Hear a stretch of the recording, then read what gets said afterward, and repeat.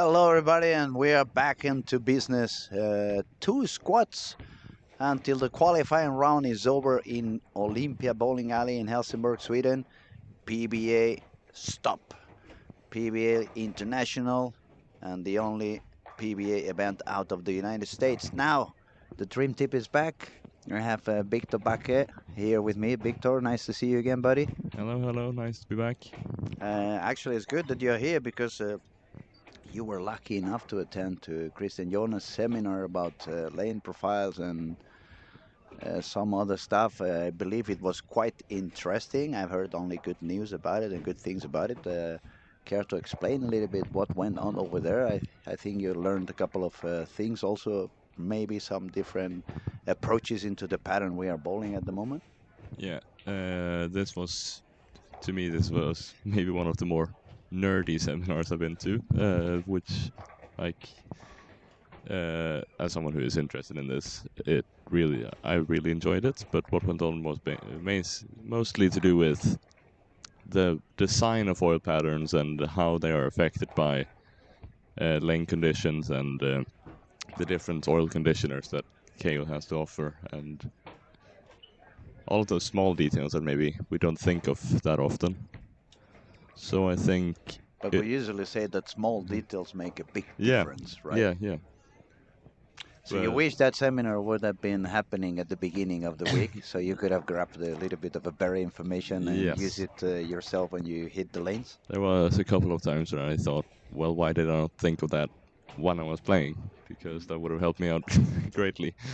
So now that you've been on that seminar and you have a better understanding on pretty much everything on oil profiles and stuff like that, it makes even less sense when people blame the lane guy, right? Yes, I think so.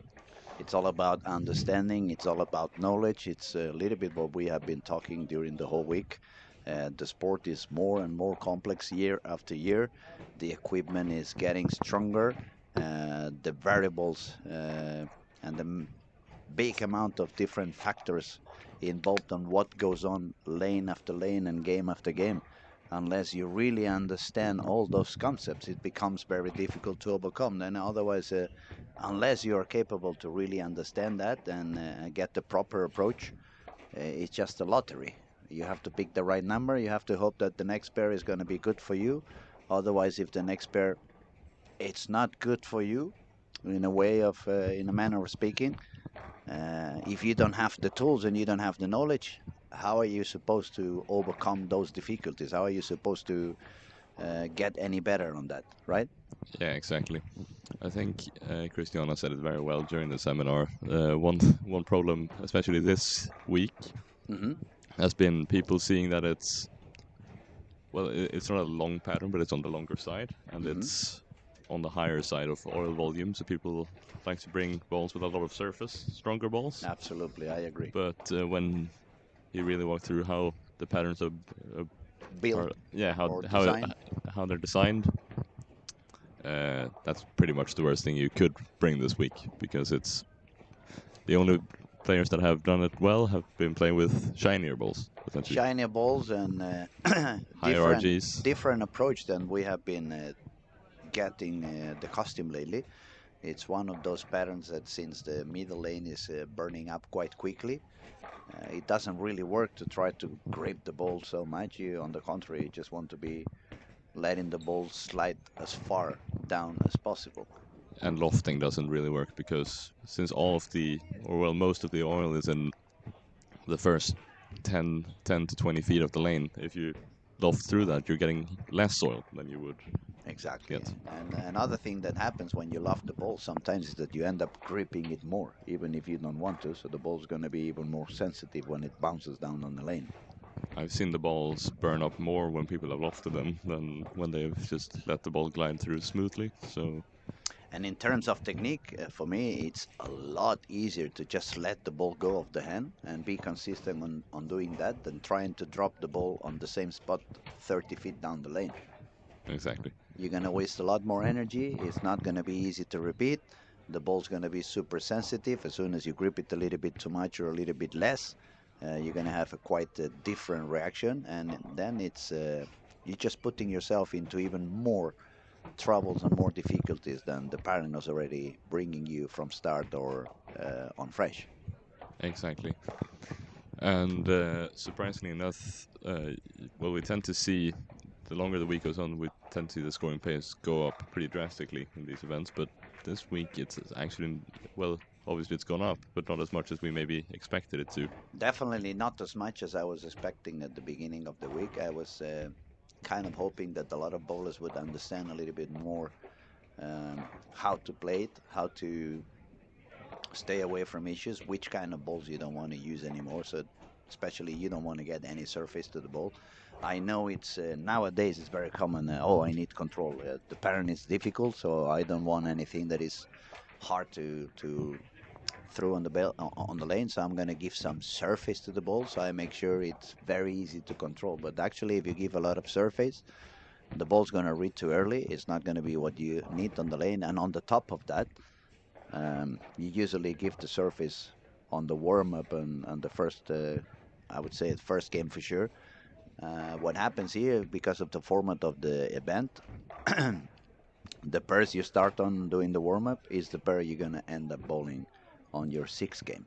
So if you burn yourself the lines and the lanes on the warm up, by the time you go back there 5 games later, you're going to be out of room and there's going to be no oil left anywhere on that pair of lanes. Yeah. And one thing as well that was that Christianos was mentioning in the seminar that can maybe explain that a bit is that this is a pattern that favors a lower rev rate over a higher. So, and we tend to see later in the week that there are more higher rev players coming, but that doesn't really work here because it's a 43-foot pattern of 44, but it's only oiled to like 23 feet, and then Hmm. it's just the brush carrying the oil Just down the the last bit. just the oil left on the brush. It's going Yeah, to be dropped down. There's no more loads. There's no more dropping of oil, so it's kind of just pushing the humidity left on the brush all the way down to 44 feet. But if you want to get a better idea on that, how would it work? Let's imagine we drop a glass of water in the table, and when we grab a napkin and we try to make it dry, actually, when we carry on a little bit further out or a little further away, there where the water was really dropped, you can see the table is getting a little bit of humidity, but it's definitely not the same amount of water. It's just a tiny a tiny layer of humidity over there. That's a little bit what's going on in here. It's not that there is really oil going all the way down to 44. Actually, every single feet or every single foot that you go further on the lane is going to have a little bit less amount of oil because the brush is already not dropping anything. exactly. And that's one thing. This pattern, when you look at it, it almost tricks you a bit. It if you don't look at, or if you only look at surface, you might think, well, it's simple enough. It looks very simple when you look at the overhead graph, but when you look into the details, it's It's a lot more complex than yeah, it looks. and it's a lot more And difficult than it looks. and we can definitely see that on the lanes because we see how many super talented bowlers we have here. We have a lot of people from the PBA. We have a lot of people from the United States. Every single bowler from Team Sweden, the best bowlers in Scandinavia, best bowlers in Europe. Um, it's not easy. Everybody's struggling a lot. We had this is the squad number 27, I believe, unless I'm wrong. 26, 26. 20, 26. Yeah, So there's been a million games on the lanes and a million squads, and we only have two bowlers shooting above 1400. yeah, and that's just been in the past 2 days or Yes, so. Yeah, that was it. It was Trevor Roberts with 1444 and Nico Oksanen from Finland with 1404. When I made the interview to Trevor after he shot 1444, he explained the previous squads he had bowled, he was somewhere around 1050, 1050. So he found a way to do. Actually, what he explained, he was using the wrist a lot less, dropping down a lot of rep rate, just letting the ball slide as long as possible. And we don't see that many that many high scores. The only one that I have seen pretty much being able to succeed on this pattern in a couple or even three different ways, it was Ethan Fury. Yeah. We saw Ethan bowling pretty deep inside on the first two squats that he bowled quite high. And then he was 150 over after five when he was taking a complete different approach. He was using a urethane ball straight on the second arrow. But I haven't seen anyone else being able to bolt that area quite okay. It's very close to the penalty zone. As soon as you miss a little bit out, it's not going to work. The ball's not going to make it back. And you run the risk when you miss in that you hit all the traffic from everyone else who is bowling deeper. Yeah. Uh, there is, oh, as you say, the penalty area. It's essentially a cliff on the outside of this pattern and in this center. That if you get too far out, the ball is not gonna. If in some centers, the ball's gonna hook back and give you a Brooklyn almost. But here it feels like you're happy if you hit the head pin. If you hit the head pin or if you just leave the 1-2, Yeah, you would take it right you're away. happy if you don't wash out to leave a 210. We have seen an amazing amount of frames that ended up on the right corner. We have Yes. seen quite a few bowlers taking just the 2 and the 9. We have seen many frames of a spare and 2, strike double and 2, because the ball just when you miss to the right, it's just completely gone. I might have had one of those myself. Oh, you had Yeah, one yeah, by yourself. Okay, so then you know what we're talking about. yeah.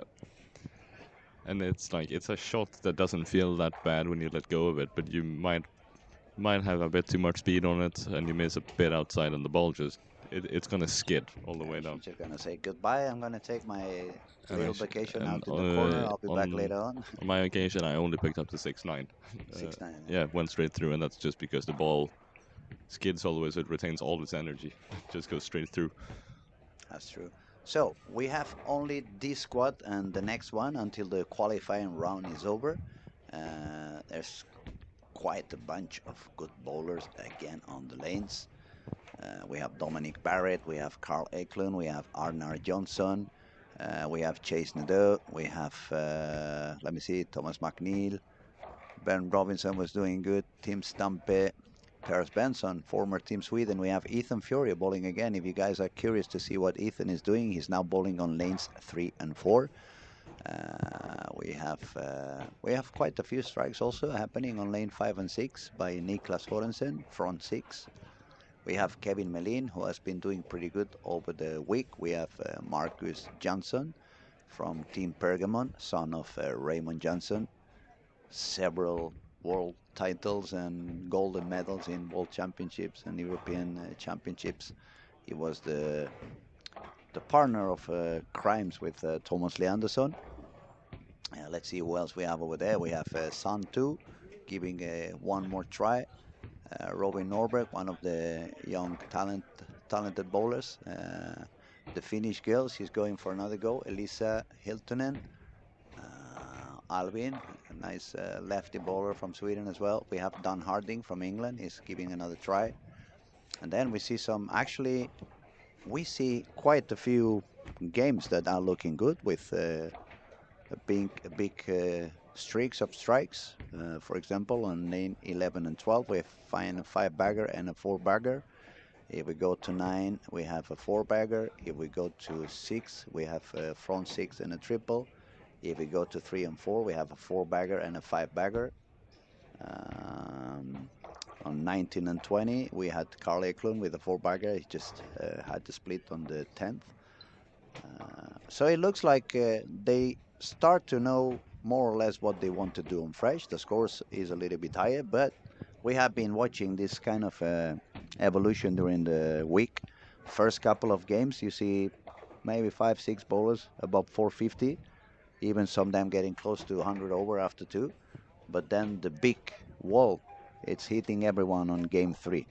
Especially game 3 and 4, everybody drops down a lot. It's when you really hit the traffic. It's when the lanes become a lot more messier and the middle lane becomes a lot more drier.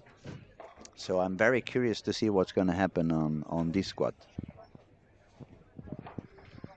Yeah, as you say, it's almost like you get the the big numbers created in the first 3 or 4 games, and then it's like just par is a good score at the end, and try to keep the The last couple pins of you've squads, collected. we've seen some people that they found their way to come back on the last couple of Yeah, games. for sure. It looks like games 3 and 4 to me has been the most complex for them to succeed on. I can remember a few big names like AJ Johnson starting very well and then dropping down on games 3 and 4.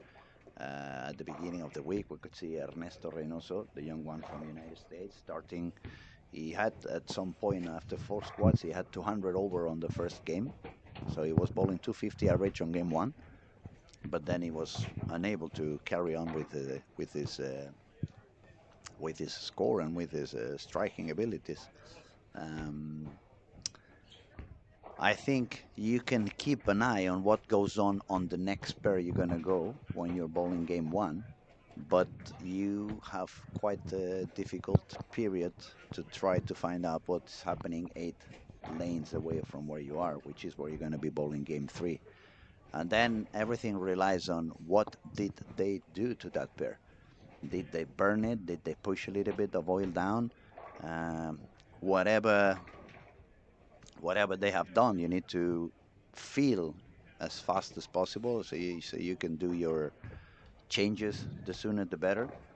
And another thing that we have been told by the PBA bowlers mostly that have been during the week passing by and doing some streaming with us, um, pretty much everyone said the same thing. You don't want to do small moves in here. When you find something it's not working, moving 2 boards or moving 2 on 1, that's not the kind of a move that's working on this event.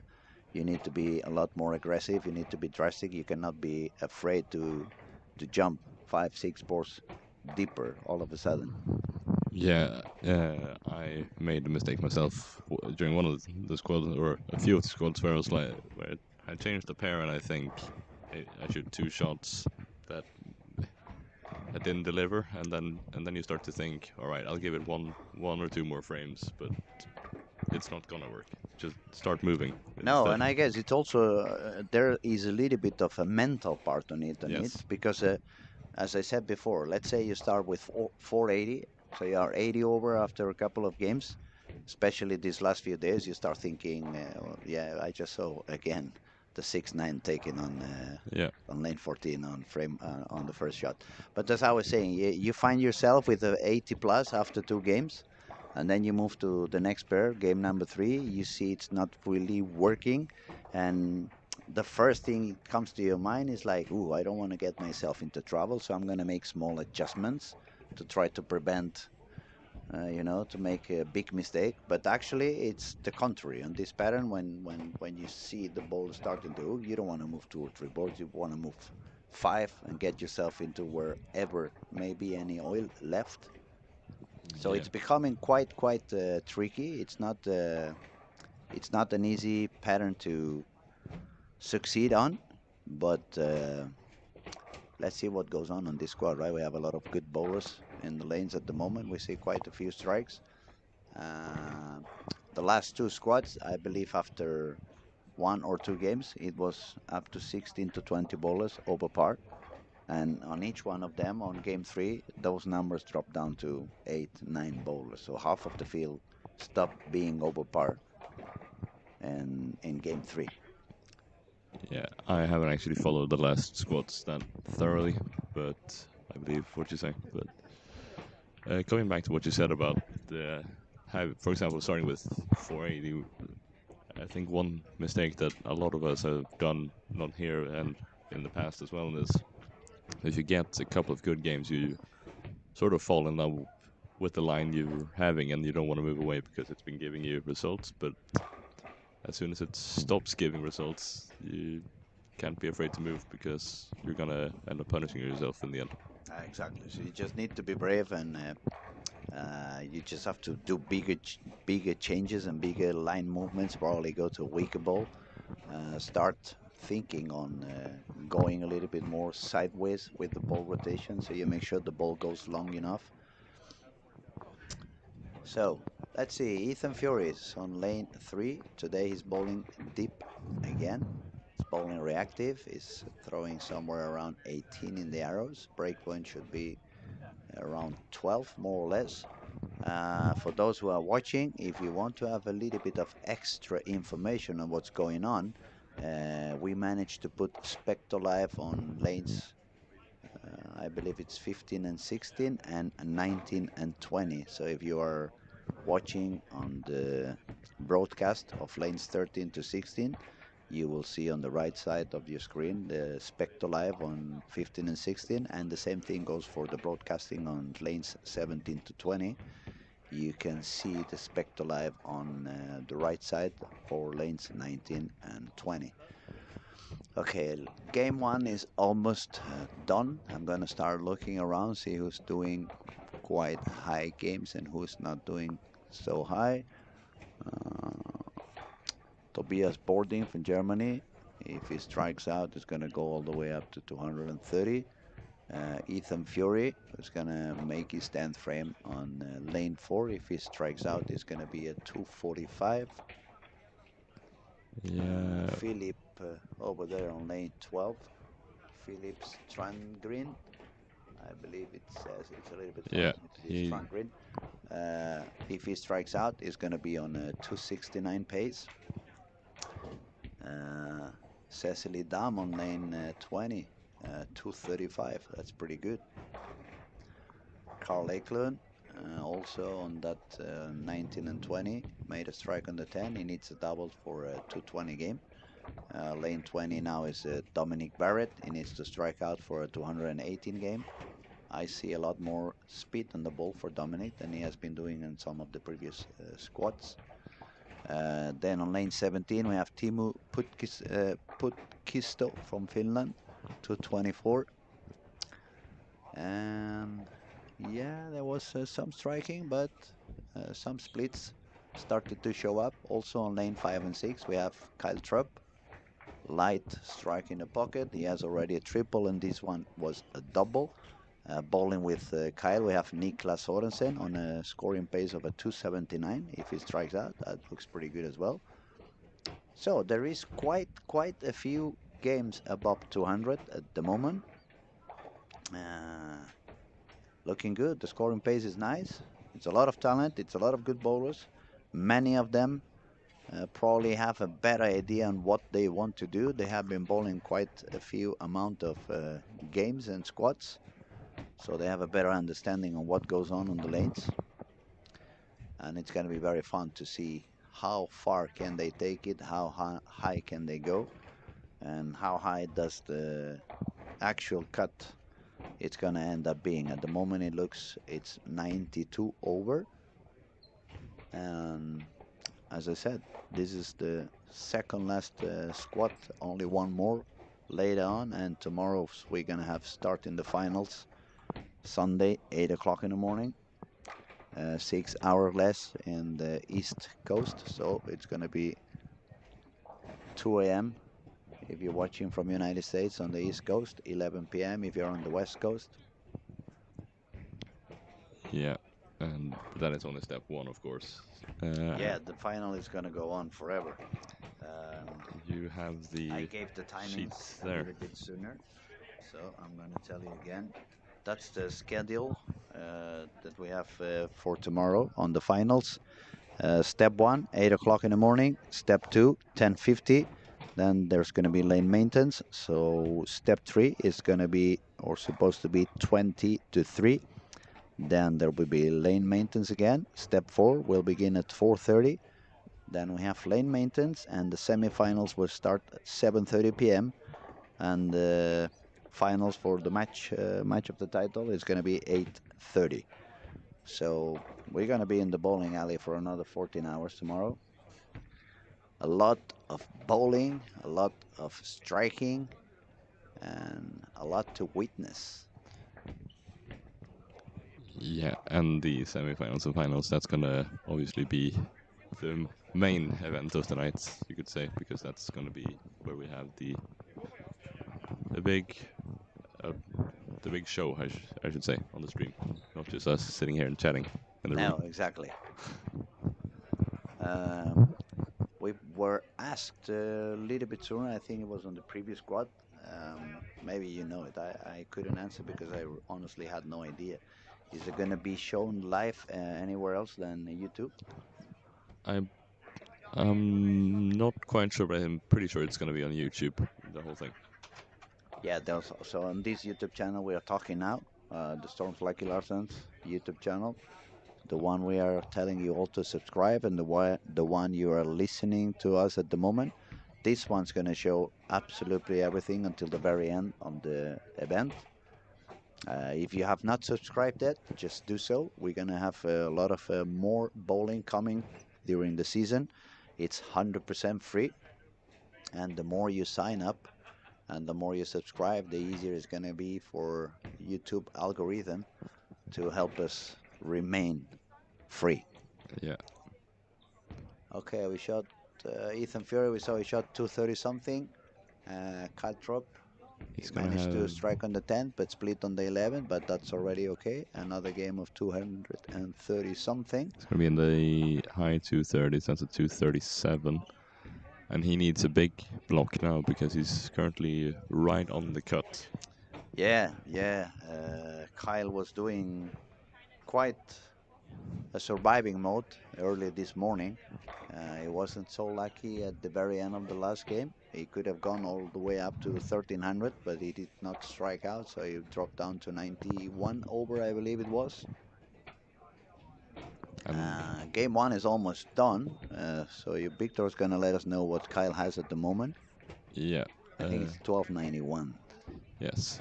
But speaking of the cut right now, it's all we can say really is it's gonna be around or just under 1300 because uh, since the top 30, sorry, top 40 make the main cut.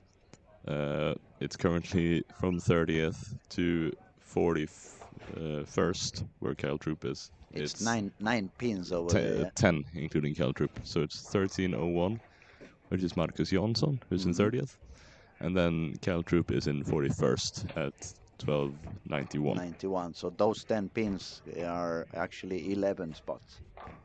Yes. And well, the standings doesn't show it, but it's actually top 41 that make the cut at the moment because Arna Jonsson is already qualified for the top Mm-hmm. for finals. That's true. Arner Yeah. is already in the final because he was a winner of one of the PBA regionals. Yes. There's another two bowlers who are going to bowl the final from the PBA regionals. It's Carl Wolgren from Helsingborg and Jota Tim Yeah. and Pontus Andersson, Yes. who was sitting with us a few days ago from Team Clan and working on the Swedish bowling school in Nässjö. For the fans of Ethan Fury, he's now bowling in lane 20. He shot 234 on game 1. I'm gonna start writing down pretty soon which lane is everyone going, because otherwise when we have so many people with a high score, it's very hard to find them on the screen. Uh, it's only one pair of lanes who are not yet done with game 1, which is lanes 13 and 14. We can find Thomas McNeil there with chances of a game of 259. And Yeah. as soon as they are done, we will refresh the scoring so we can give you a better update on how the squad is looking and what's the scoring for everybody. Yeah.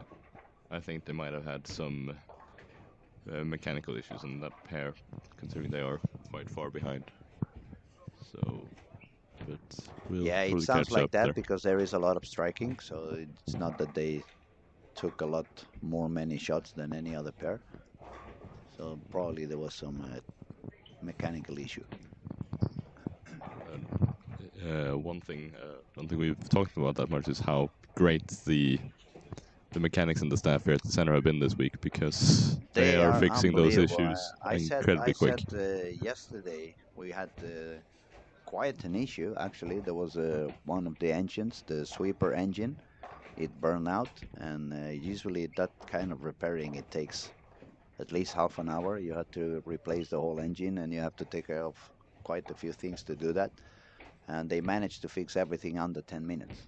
Yeah, and So was that the squad that was completely suspended for? yes, Oh, and the yeah, main reason to stop everything it's because, as I said, one of these mechanical failures like this one in particular, it should take about half an hour to get fixed. But the amazing job by the staff, both Jesper and Sebastian, yeah, they managed to fix that so quickly, and so heads off to them, right? yeah. And the squad was suspended because of any delay, so people don't have to wait around for the pair to finish, and the players in that pair don't have to get stressed because Yes. everybody's pulling around them. So it was the idea was that everybody could keep on the same pace over Yeah. and over again. We also had an issue earlier in the week, which they said normally would take almost half a day to fix, but they fixed it in under 10 minutes as well. With I think it was the belt at the back of the machine Hmm. somehow came loose. But yeah, they are sensational, the two of them. No, they have an amazing staff all over the bowling alley. People in the kitchen also does an amazing job. It's I'm getting fat this week over here. I'm a very skinny person, so maybe I should move myself up here for a couple of months, get a better, better looking, a better weight, better condition.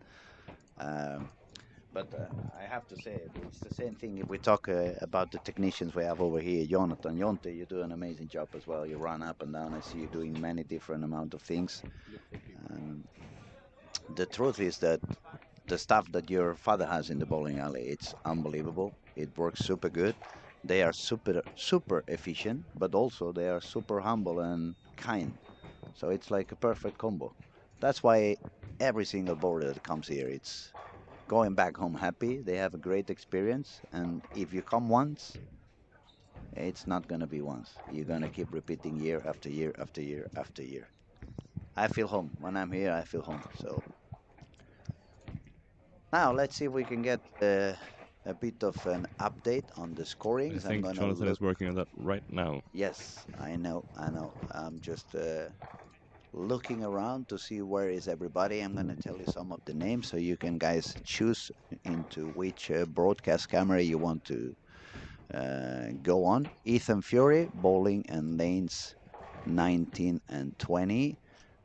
Dominic Barrett, bowling on lanes 15 and 16. Arnar Jonsson, bowling on 1 and 2. Carl Eklund and Santu, they are bowling on 3 and 4. Let's see. Kyle Trapp is on 9 and 10. And yeah, we could mention quite a few more strong bowlers like Tobias Bering from Germany, Marcus Johnson. Uh, I don't know, whatever I look, I see a big name. But just try to see more, trying to let you know more or less the big names out there in the bowling world, so you can the fans can connect into that broadcast, that specific camera, and have some fun.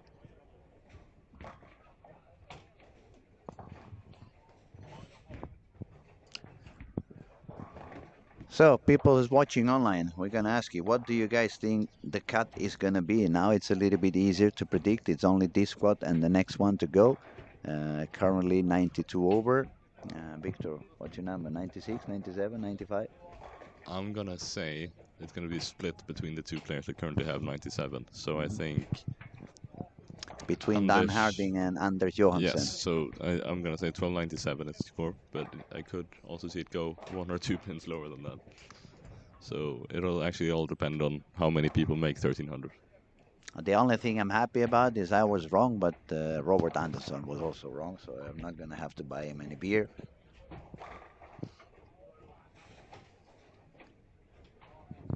And we have the scores from game one in, and it is Niklas Sørensen who has the highest score of 255. 255 from Denmark, Niklas. Yes. Then we find Philip.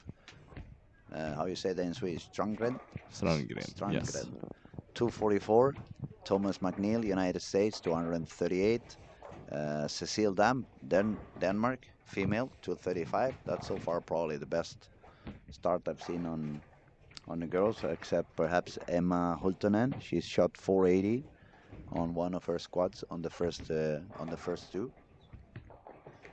Yeah, and currently leading the female standing is Nora Johansson at 12:34.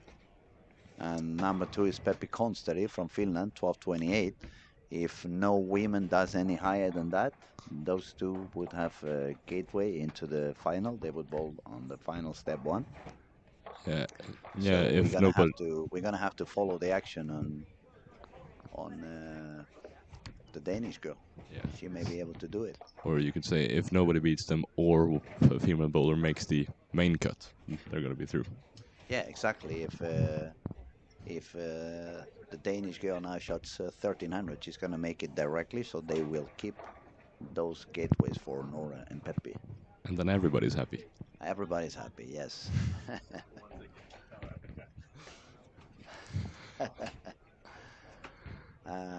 Dominic Barrett, 9-0 on the fourth frame. Not good, not good, not good.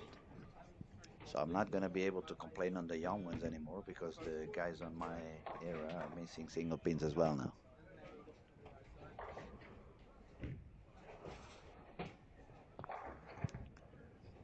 Yeah, if there's one thing about this pattern, I'm not complaining about the pattern now because Christianos is in the room. I just want to make that clear.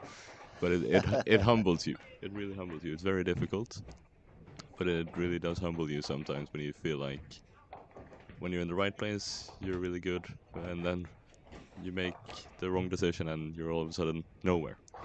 It's very easy to go from a 250 to a 150. Yes. Or the other way around, from 150 to 250. Then you feel like the best player ever. Somehow I feel this week it has been easier to go from the 250 Yes. to the 150 than all the way around, Yes. right? Except for some of them who are really, really, really good and strong in their mindset. But jokes apart, game two, we see a little bit less of striking that we saw in game one. I see quite a few more open frames already, and that is making me fear that game three and four are going to be devastating. Maybe the cut is going to be even lower. Maybe the cut's going to remain below those 97. Maybe we go down to 95. And I'm crossing my fingers it's not 95 because that's the number that Ryan said yesterday over here. And I don't want to admit that he was right, especially when I cross him later on through the bowling alley. He's going to tell me, you see, I knew it was going to be 95. Yeah. And if he does that on our basketball game, I'm going to have to be even more aggressive than I was. Yeah. One thing that we haven't talked that much about, or I think we mentioned it earlier in the week, but that's actually the PBA Sweden standing and how that is affected by this week's results. That is the tour that has been going on in Sweden this year. We've had 3 stops. 3 stops, PBA Regional Sweden, and at the moment the leader is Ian Robinson. That is in the 50 plus category. Oh, that's the 50 plus. Well, we can talk about them as well because they are bowling. We have Ian Robinson with 120 points, Oscar Brostrom 116. Oscar is in the final at the moment. He's got the second highest score for plus 50. Per Benson is third with 112 points. Per is not in the final, but Per is bowling this squad at the moment, so he wants to try to gain that spot into the final. And those are really the 3 that are in contention. Yes, because then number 4 is Stefan Ingstrom, but Stefan has not showed up for this event, so everything is going to be between Ian, Oscar, and Per if he manages to do quite enough. We could have a look at. I believe Oscar is below par on that senior I'll check that out. gateway. But with the way that the points work in this event, since it's 1.5 times the regular tour points, it's essentially just whoever out of those 3 finishes on top is going to win the tour and get that trip to Reno. So at the moment we have Martin Paulson with 1229. Well, it's actually Peter Hellström who's the highest 50 plus player, but he's already in the final on an early bird, I believe. I believe so too, because we said the cut was 92 over, so Peter Hellström is going to be from the early birds. So taking away Petter, it's between Martin, Oscar, and Per Svensson, who's now on the lanes. And I'm not sure Ian Robinson is also on the lanes, Yes. but he's bowling on lane 7. He has a total score of 275, including the pins on this game, which is 68. So So that check what means they have in the previous. he shot 207 on game 1, right? Yes. And I But think now is 7 frames on this game, no strikes, and a couple of open frames. So we will have to see how it yeah, goes for him later on. And now we should look at the PBA Regional Sweden, the regular standing for non seniors. We find Joachim Karlsson, 92 points. Joachim is already in the final with the score. fourth, I believe, or fifth. I think he shot. I don't remember, but he was. I think he was gonna make it directly to. He's in fourth, so Yeah, yes, he will fourth definitely. position, 1380. So he's gonna make it directly to step 2. That's very good news for him. Then we find Anton Andersson, Don Harding, who is now with 97 overs, so he's on the edge, making it, not making it. But he is bowling now as well. Yeah, he's bowling now as well. Then we find Arnar Jonsson Who's bowling already now as through well, because he, since Arnold has won a stop, he's already guaranteed a final spot. a spot on the final. Then we find Robin Persson. Who is not gonna make the cut, I don't think, unless Now he's bowling Robin again. started this morning. He started very well, but then on the, I think it was on game 3, he shot 120 Oh, with like six or seven splits on that particular game. Sixth position is Carl Lakeland. Carl is becoming one of the sponsors of the event because he has bowled like 20 squads already. And he started okay, but now he's got the 4-9. He's bowling on lane 3 and 4. If he doesn't go on, maybe he's going to bowl the last squad as well. But following on, Carl Walgreen also with is also going to bowl the final. but it's gonna be a relief because currently he's sitting in over 100th place. But Carl won the last one, right? The Yes. last regional stop in Stockholm. Yes, so he's gonna be happy that he's already through because judging off his current score, he's not gonna make it on that. Mm. And I think those are, I'd say, out of the ones we've talked about, I think the top 5 are the ones that have a realistic chance of winning the tour. Because it's not only the PBA Sweden players that score points, it's everybody who has a PBA membership scores points for that tour. So probably it's going to be between the top 3, Joachim, Anton, and Don Harding. Yes, and Well, Arner perhaps because he's also in the final and he's got a very similar amount of points. But actually Joachim is 22 points ahead. Joachim has 92 points, and then Anton and Don are with 70, and Arner with 68. yeah, but I think Robert Anderson said it very well last weekend. He said, so the simplest way to explain it is that if enough international players bowl very well, then Joachim will win because they're going to take the points away from the others. Yep. Okay, let's see what goes on. Actually, Robin Norberg with 54 points is now doing quite good on lane 6. He's got the spare and 6 in a row.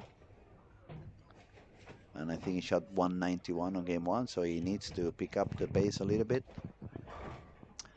Arnar Jonsson on lane 1 with 4-bagger. If he strikes out, he's going to shoot 245. Sun 2 on 3 and 4. He needs a double for a 235 on the 10th frame. Actually, Cecilia Dam, she shot quite a good first game. She's bowling with Carl Eklund on 3 and 4. She's on a 170 pace. If she doubles on the 10th, it's going to be 180. Yeah. I'm looking to see if I can find any others that have a lot of strikes to go on. We have Thomas McNeil started with a split in the first, but he spared that one up. Then he's got 9 spare and then a 3-bagger. So he can shoot 279. 269, no, 279, you're Yeah. right, on lane 17. And I believe something may have happened to lane 9 and 10 because they are, No, that was the pair that was delayed last game, wasn't it? Or was it? uh, but was it that delayed? They were a few minutes behind, I think. I mean, they are quite delayed at the moment. They are on frame number 4. Yeah. One, Oh no, I think I know why, because it was, I think it was 13-14 that was delayed last game, and two of the players from that pair are now playing on 9 and 10. yeah. You can see that 17-18 are also a bit behind the rest.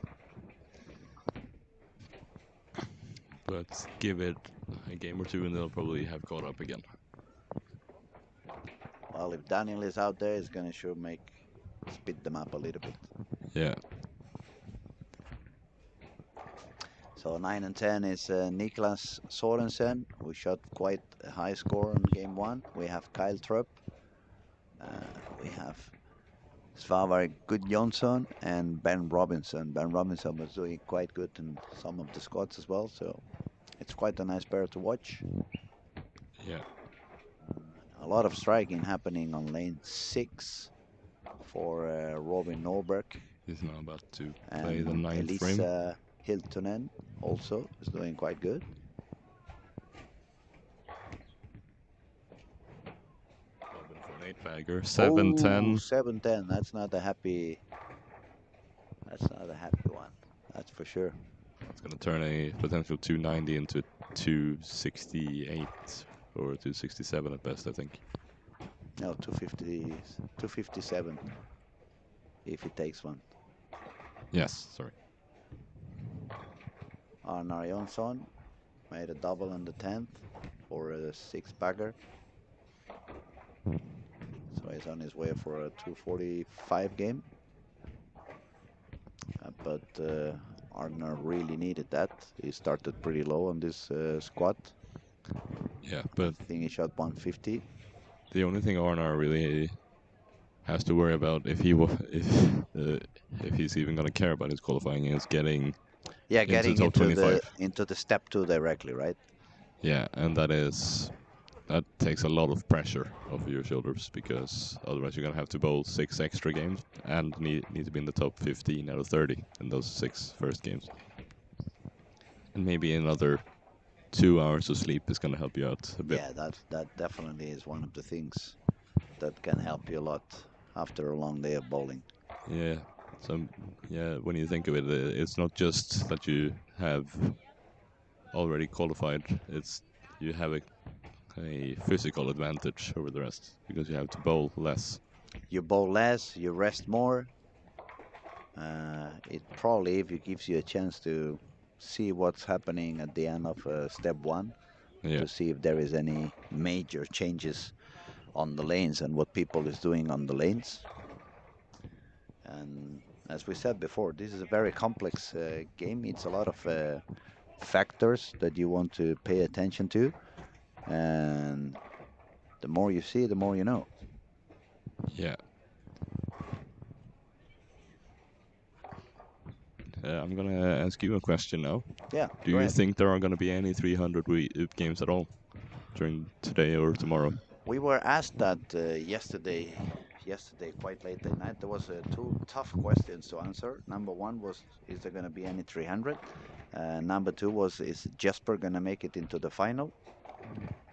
I said I was hoping that Jesper would find some solution to make it into the final, even if it's a little bit difficult because Jesper has, of course, is ultra mega talented, but he also has such a high rev rate, and he's so used to grabbing the ball with so much bowling urethane as he does, that this is not the easiest pattern for him. Also, being a lefty, if he changes to reactive, he has to move quite deep, and he's crossing a little bit of the right-handers traffic. And Shouldn't be a factor, no, but but mentally it could become a factor. And about the 300 games, I said I did not think it was going to happen. It was very, very early in the morning. We nearly had the 300 by Nico Oksanen. He shot 299. he shot 299. He was doing really really good until the very last frame where I decided to pull my phone. Christian Jonas was over there. I said, I'm not sure. I told him, I'm not sure I want to record that one for the Instagram because as soon as I pull my phone, people usually struggle a lot.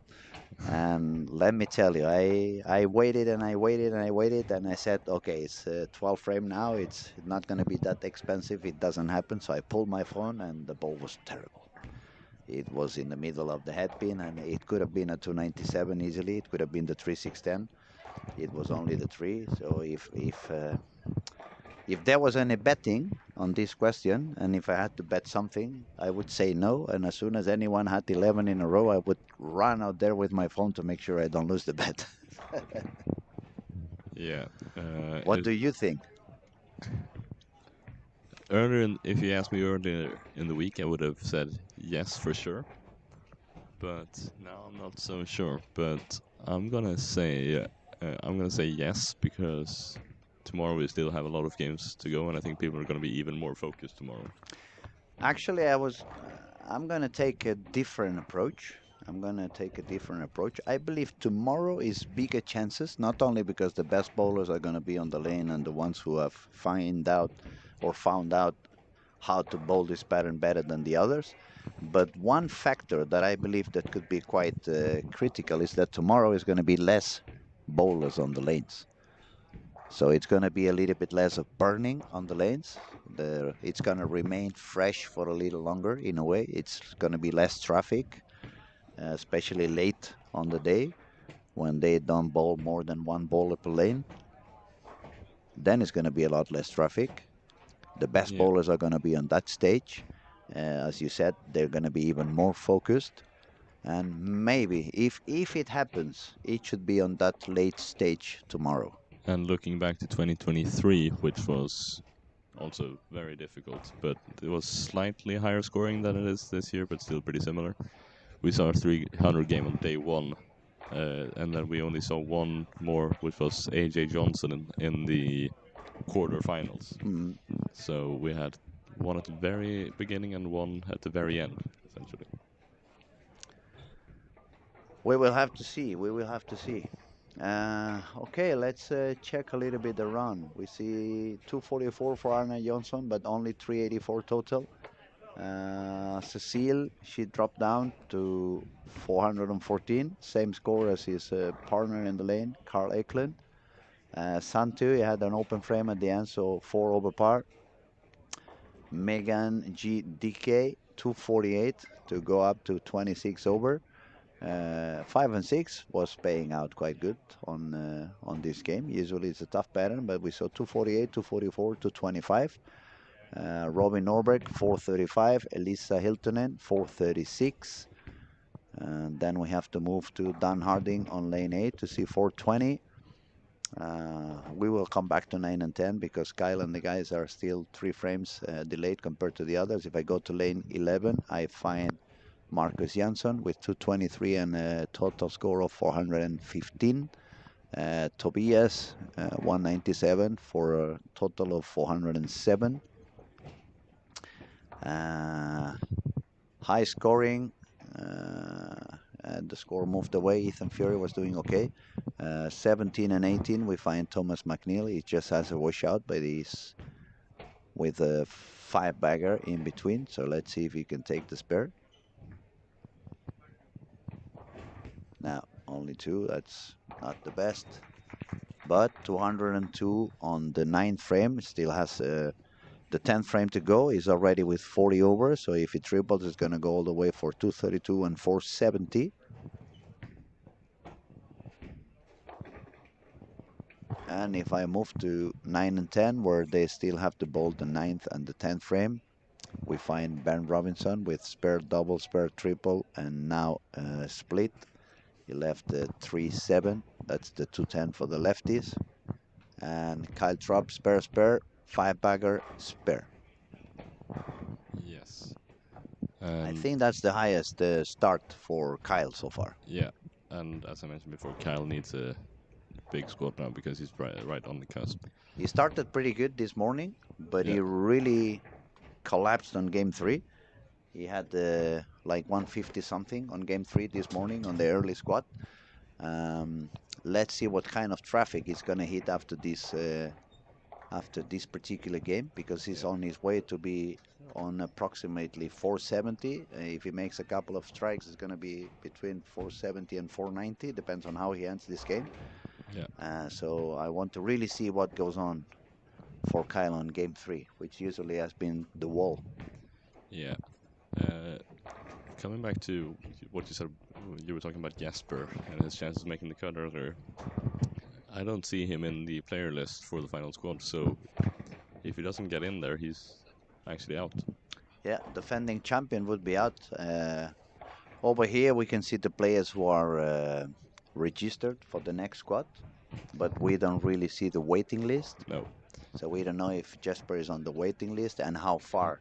And I don't think our list updates either because I think Daniel does that Yeah, on Daniel paper. does that upstairs. Actually, those things happen at the very last moment. Some people may be registered, but they already qualified or they don't show Exactly. up. This morning, for example, the guy from Gibraltar, Jamie Hickey, he was number 64 on the waiting list, but he ended up bowling this morning. Yeah. And but also talking about Jesper, maybe one reason why he has, or one thing that could explain why he has also been struggling a bit is if we look at the hand that the top 40 are using, we have two lefties in the entire top 40. We have Eric Jones with 1331 and James Blomgren with 1317. And then we have And then actually we have Justin Knowles. Justin Knowles, So three lefties in the top 1316. Three lefties on top 40. 40 positions. So that's not even That's 10%. no, that's one lefty every 13 bowlers, more or less. Yeah. But I would like to know exactly how many lefties are really bowling compared to the right-handers. I mean, is it 10% of the bowlers are lefties in the event? I'm It's gonna be gonna hard to see it's if I gonna be can. hard to know that, but we're gonna see if we can find that out. Yes, it would be interesting to know, because usually we see a lot of lefties on a final, and we say, oh, this was a lefties alley. It was easier on the left side, and sometimes that is true. But sometimes when it's the opposite, when we only see a couple of lefties over there, it's like, oh, it was very hard for the lefties, but maybe there isn't that many lefties on the field either. Um, one thing is for sure, of all these two-handed bowlers that can bowl backup, we haven't seen anyone doing it. So it shouldn't be any advantage to be a lefty. I'm just not sure it's really harder for a lefty than a right-hander. I just believe it's very hard for both of them. One thing that could explain is that usually lefties have a tendency to bowl a little bit more in the corner than right-handers, and this is not a pattern to bowl in the corner. So that could be the explanation as well. Don't worry if you don't listen to Victor at the moment.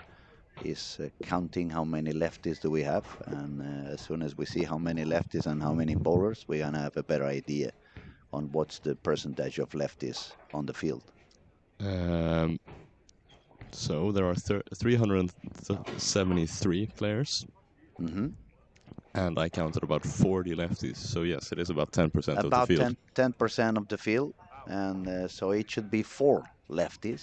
If it was exactly the percentage out of 40, it should be four, and Yeah, it's three. So that's what I was saying. It's not that it's a lot lower than usual, and it's that on the contrary, usually it's more lefties making the final than the percentage bowling. yeah, And as I was saying, I think lefties have a tendency to bowl a little bit more on the side of the lane. They don't usually move that deep inside. They usually have a tendency to bowl more straighter on the gutter, and this pattern is not very friendly to bowl outside. yeah. And but I think considering it's pretty much the exact same percentage of lefties and righties in the cut right now, I'd say that means that the pattern is very well made and very well balanced between the two sides. So I'd say. after 10 days of bitching the lane guy, we have to say Yeah, he really knows what he's doing. Yeah, exactly. He already knows. He knows what he's doing. Otherwise, he wouldn't be here, right? Exactly. We only bring the best of the best, But we all know that it's and I it, am the exception to that yeah. rule. We all know that it's the lane guy's fault when you do bad, and it's your own skill when you bowl well. Okay, 9 and 10. Kyle Troop striking on the 10th, striking on the 11th. He's going to score 250 long, 256 if he strikes on the 12th. And he can go all the way up to 491, which is one of his highest squats, I believe. And That's the same score he has right now, to par. let's hope he doesn't hit the wall again on game 3. Yeah, I think he'll need, but as it looks right now, he might only need like 8-15 in the last four Yeah, games. yeah, you just exactly, Or I exactly. say And only because that is pretty difficult. It's proved this week. it's very difficult, especially if you find yourself into a couple of tricky pairs right after that people have done something weird with those lanes. Um, but he's looking good. Yeah, let's not jinx Kyle too much here. But yeah, he does shoot 256 to go 91 over par. Ben Robinson is gonna finish with a 7 there, so it's gonna be To 28 he's gonna be and 412. 12 over par. Yeah. So we're just gonna wait for the results to update. Yeah, and they are gonna bowl most of them on lanes 5 and 6 and 13 and 14. So if they are a little bit delayed later on, because for example on 7 and 8 they are already starting the fifth frame, so by the time they get into those lanes they're going to be half a game delayed again. Yeah. So someone broke the rhythm from the beginning and we are a little bit out of rhythm. I didn't notice that, but I suspect there might have had a slightly more major breakdown at the start of that Mm, game. looks that way. Because from what I could see in the first game, they weren't bowling slow. They were just far behind from the start. So Mm. So if you guys want to follow, Kyle Trupp is now going to bowl on lane 13 and 14. Is sitting comfy with 91 over. On that same camera, you can find Tim Stampe, Niklas Sorensen, both doing quite okay during the week on this particular squad. Niklas is 42 over. Also on that camera, you can see lanes 15 and 16, which have the Spectre Life going on. You find Ethan Fury there, and you find Marcus Johnson as well. Those are another couple of interesting bowlers to see how they do. And now we have the scores updated. We have up to 18 bowlers with par or above par. The leader is Kyle Trapp, 491. Number 2 is Timo Putkisto, 473. United States, Thomas McNeil, third spot, 460. Ethan Fury is number 4 with 455. Niklas Sorensen, 442. Elisa Hiltunen, 436, another great star for Elisa, 211, 225. Then we find Robin Norberg with 435, Philip Stangren, 432, the Danish Megan Dikay with 426. And if we watch a little bit lower, we can find Cecile. She has dropped to 14 over, but three girls above par, 436, 426, 414. We're gonna have to keep an eye on them. We said already 28 over could give them a gateway. 34 over is the current lead for the girls. yeah, So actually, Elisa, she just only only has to bowl 800, but now it's when the fun begins, when they start to have moving in. Um, it's not easy for them. It's not easy to create enough speed, and especially if they started bowling around 10, 11, 12. As soon as they want to move a little bit in, they find all the traffic from every guy over there. So it looks like they have to start on 11, 12 on the arrows, and all of a sudden they need to move all the way deeper to 23, 22, 23 Yeah, and start spinning the ball. Otherwise, they hit the middle of the traffic, which is what I believe has been happening to many of them. And it becomes very hard. If you're in the yeah, traffic, definitely you have zero room into any of the sites. So you need to be super, super, super accurate. And if they move a lot deeper to 23, 24, 25, some of them miss a little bit of pin action, miss a little bit of entry angle. So it becomes very, very tough. yeah. And you mentioned speed on the ladies' side. That might make it a bit more difficult as well because we've almost seen players using more and more speed further into the block we get because it hooks so unbelievably much. Mm. I see Santu Tavanainen already in front of the ball return on the right lane and And lofting. Not- Santo is quite deep already. Frame 6 on game 3. So that's more than half of the squad yet to go. And But Santu is currently sitting in. Oh, let me check where he is sitting in the overall standing. Santu is currently right outside the cut, so he is gonna need to as find a lot more pins in the last three and a 1290, half that's games. spot 58. Just one mark more, Yeah, and it or, would be. And then we see or quite just some better count, we maybe. see a lot of big names over there. We see Kyle Trapp 1291, 56. Bjorn Jensen 1290, 57. Santu 1290, 58. Martin Larsen 1285, 59. Tim Stampe 1282, 60. William Berggren 79, 61. Oliver Dahlgren 75, 62. Richard Tees 1274, 63. So it's a lot of good bowlers over there and a big amount of bowlers in such a very, very small area.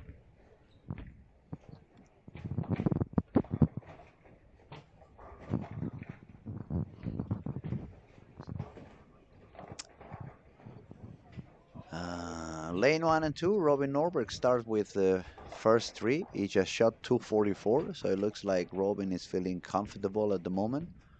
Thomas McNeil, 238 to 22, is also bowling on lane 1 and 2. He started with a strike, spare, strike. Ethan Fury with 55 over is now bowling on 15 and 16, but he's got a couple of open frames and a double.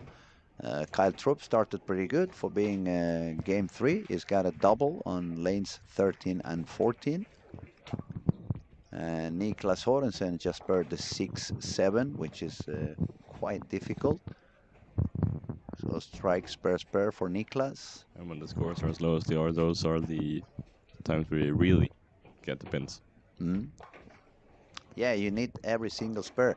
7 and 8, we have front 6 for Magnus. I don't know where Magnus was. 438 minus 120. No, he was pretty low. He had 318 on the first two games. Yeah, And if he's going for the turbo, he's a couple of games early. exactly. One thing I was actually reminded of by myself here was that when we talked about Jesper probably not making the cut this year. That's actually a trend from last year because AJ Johnson, who won in 2023, also just about missed the cut last year. So let's hope that that doesn't turn into a trend at this tournament. That the reigning champion doesn't. You just want to finish Yeah, second after all, so yeah, or win it and skip a couple of years yeah. back home, take a vacation, right? Christianas is sitting here saying it's a difference in the patterns. Yeah. Uh, so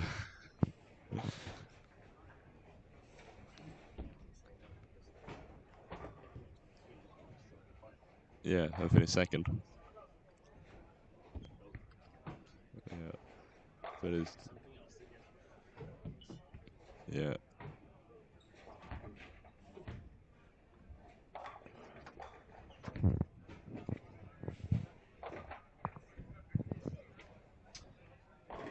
I remember a couple of years ago it was a lot longer and a lot thicker. I think I remember it was like 37 mils. 33. Yeah. Uh, 34, 34. Well, still more meals than it is now, and it was longer than it is now. Yeah, yeah, that one was quite deep. And that Uh, was oil almost the whole way down, so it wasn't just the brush doing the job.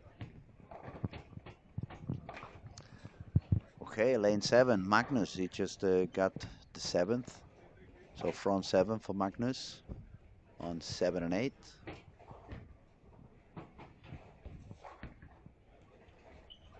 And I don't see any particular other high score.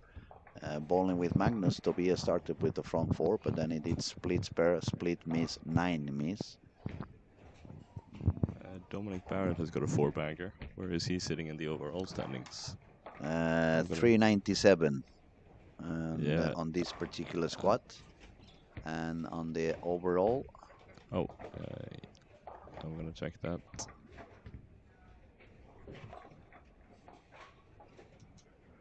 He is in 70th place, so he's also gonna have to do something high in the last couple of games here. Dominic had a great run last year, but lost, I think, to Martin Larsen in the quarterfinals, mm, which if I think that was a pretty close match, if I'm not mistaken. well, I wasn't here last year, so I can't remember for sure. I had some back issues. I had to be doing some rehab. And I really missed it. I mean, this is the one event I don't want to miss.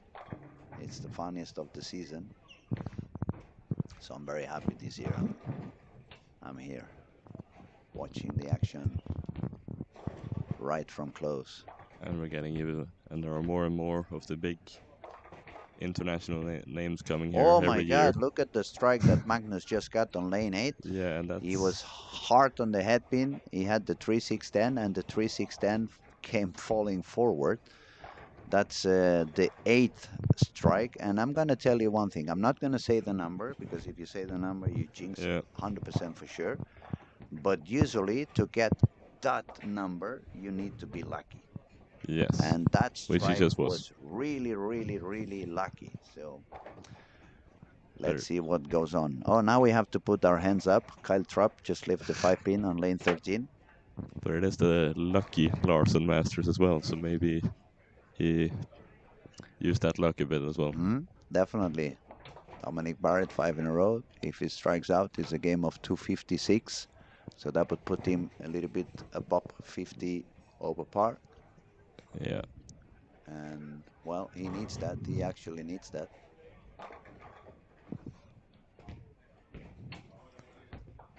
so I'm not gonna jinx this now, but it's funny that we just had the discussion last game about the number, and let's see if we've jinxed it or if I've been We didn't guessing say the correct. number, so it, it, No, it shouldn't it shouldn't be an issue. no. What could be an issue on that shot? It's that maybe he just hit transition in the middle of the game, and he has to do the 10 frame on that particular lane 8. Oh, 10 Oh, pin. solid 7. Yeah, definitely. It doesn't matter if you say the number or not. Just to Yeah, have the thought crossing your mind, it seems to be jinxing people. we should have said he's gonna shoot 279 or 299, and Mhm. then I agree. we Um, reversed jinxed him. Now let's talk to the people in the chat. Everybody is quite quiet. I don't know if you guys are having lunch or you're, well, it's 5 p.m. here in Europe. So probably half of South Europe is doing siesta at the moment. It's very hot. So maybe they are starting to wake up pretty soon and they're getting their cup of coffee. Look at that. That I can never understand. I mean, you just have to spare straight. Why would you go around and hook backup for sparing the 10 pin? Obviously, I'm talking about Magnus. He had front 8, solid 10. And not only he missed the 10 pin, but he missed it by at least half the lane.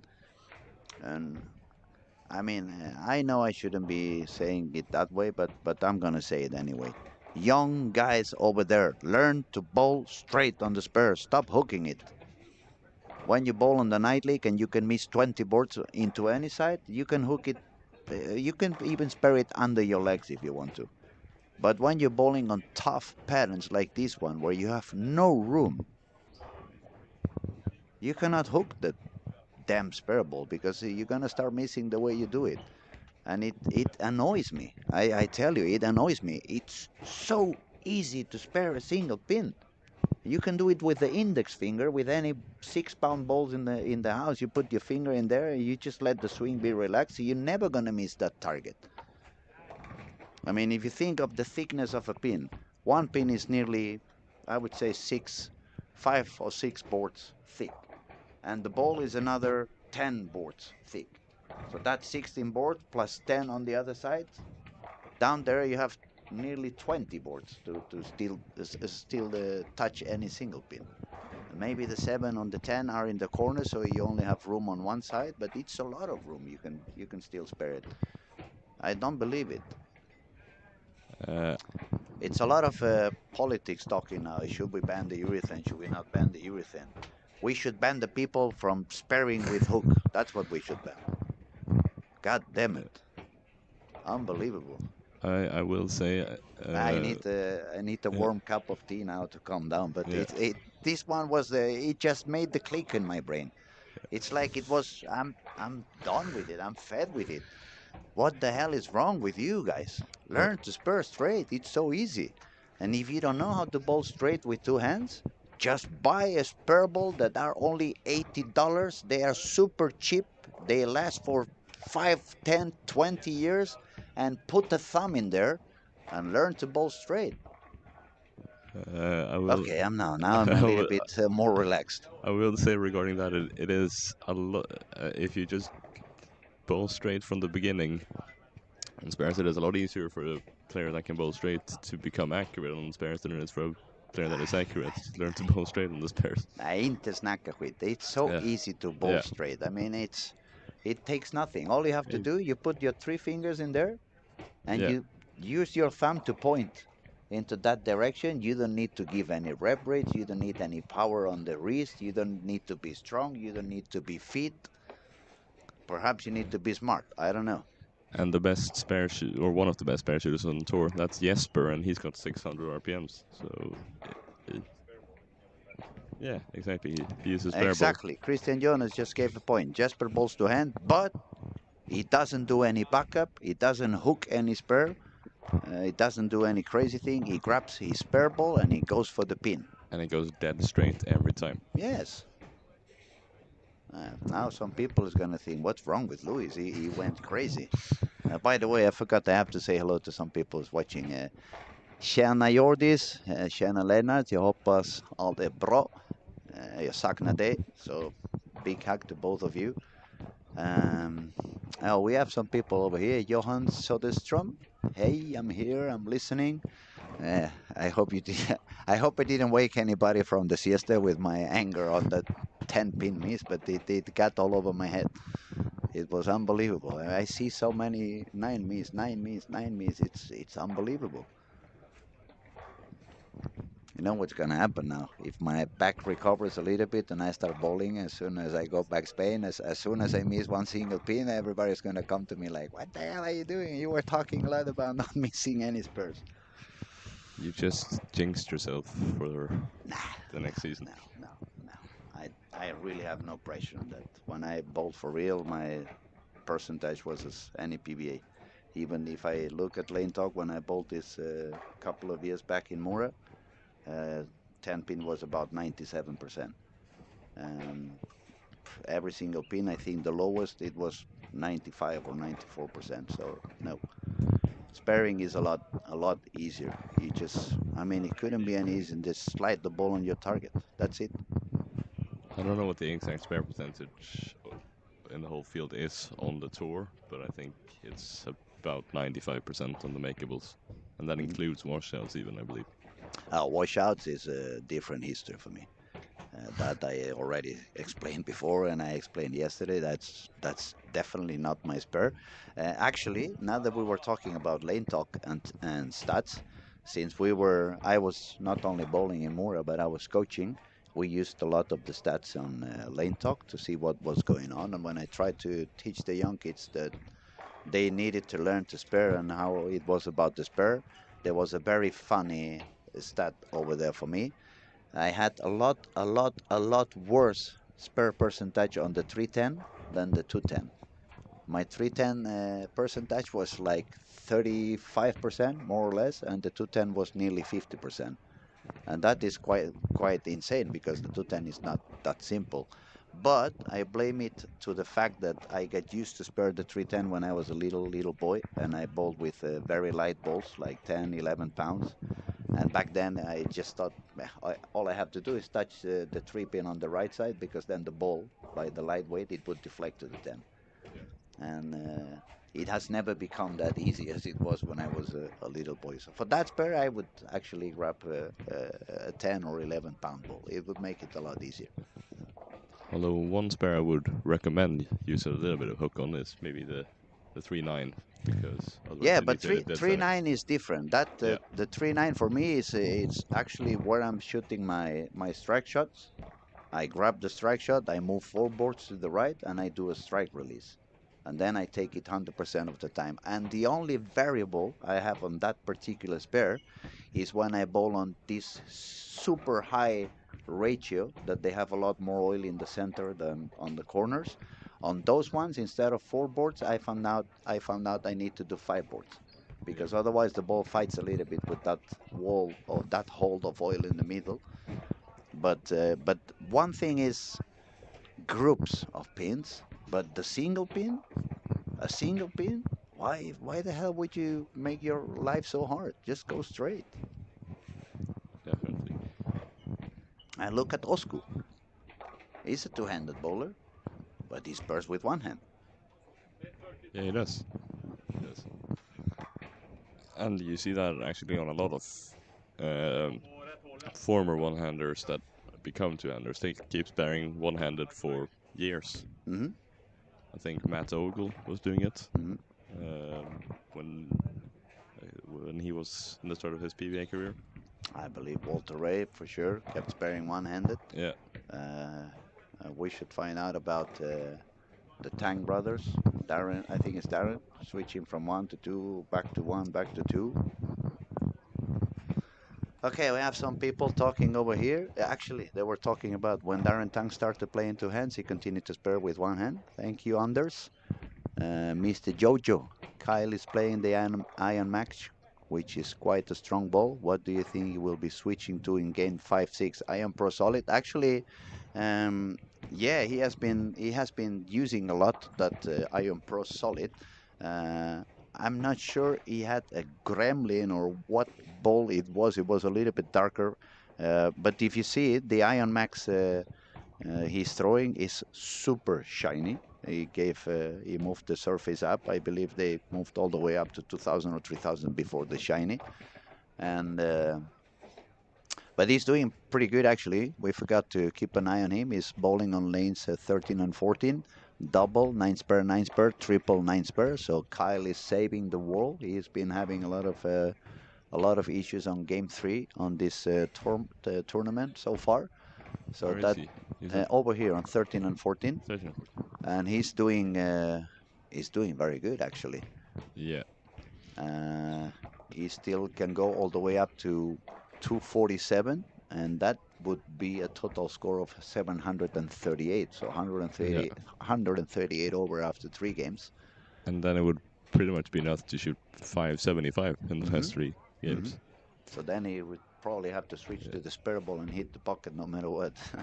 I think when you get to the end of the tournament, some people might become nervous knowing pretty much exactly what the cut is going to be. But if you have a good start, then it might be calming to know that all right, I don't need to bowl that good, so some pressure is off. Hmm. Hmm. But the second you start to struggle, that is when the pressure kicks in again. We have Mr. Jojo says that yes, his Iron Solid looked almost sharper than his Iron Max. Um, the thing is, when you fly all the way from United States over here, it's not easy to have 12 balls with you. They just travel with 6 balls. Maybe someone brought one or two more, but I believe they brought 6 balls.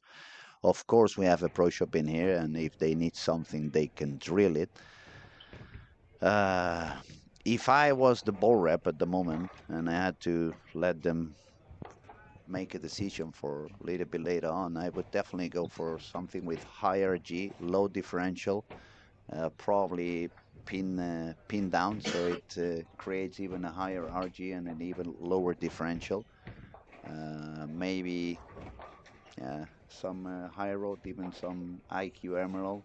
I believe a ball that would work very good over here would be that older IQ Tour 30 anniversary, the black one, the pearl black one. That would be pretty good for this late movements on the lanes. But yeah, we will have to have a look and see what ball he's going to use on games 4, 5, and 6. But so far, he's doing pretty good, uh, staying quite above the par, and not that many people. Now it's actually it's just that lane is a little bit delayed, 13 and 14, as we said before. So as soon as they are done, we will be able to refresh the scoring for the whole group, and we will find out how many dropped down. We had, can we check again, Victor? I think we said it was 16 or 17 bowlers still above par on this particular squad. We currently have 18 yeah bowlers 18. above par, and we will see how many remain above par after game 3, when usually is when the tricky situation shows up. Yeah, we just have one pair that is yet to finish, but they only have one frame to go. So it's going to be done in 2 or 3 Yeah, a minutes. couple of minutes more or less. And I think I'm gonna let this squad or this game finish and watch the scores update, and then I'm gonna take a break and head off for a bit. Then I'm gonna tell you to stay for Yeah, 1 minute. Let me yeah, grab a glass of water and I'll be right back. yes.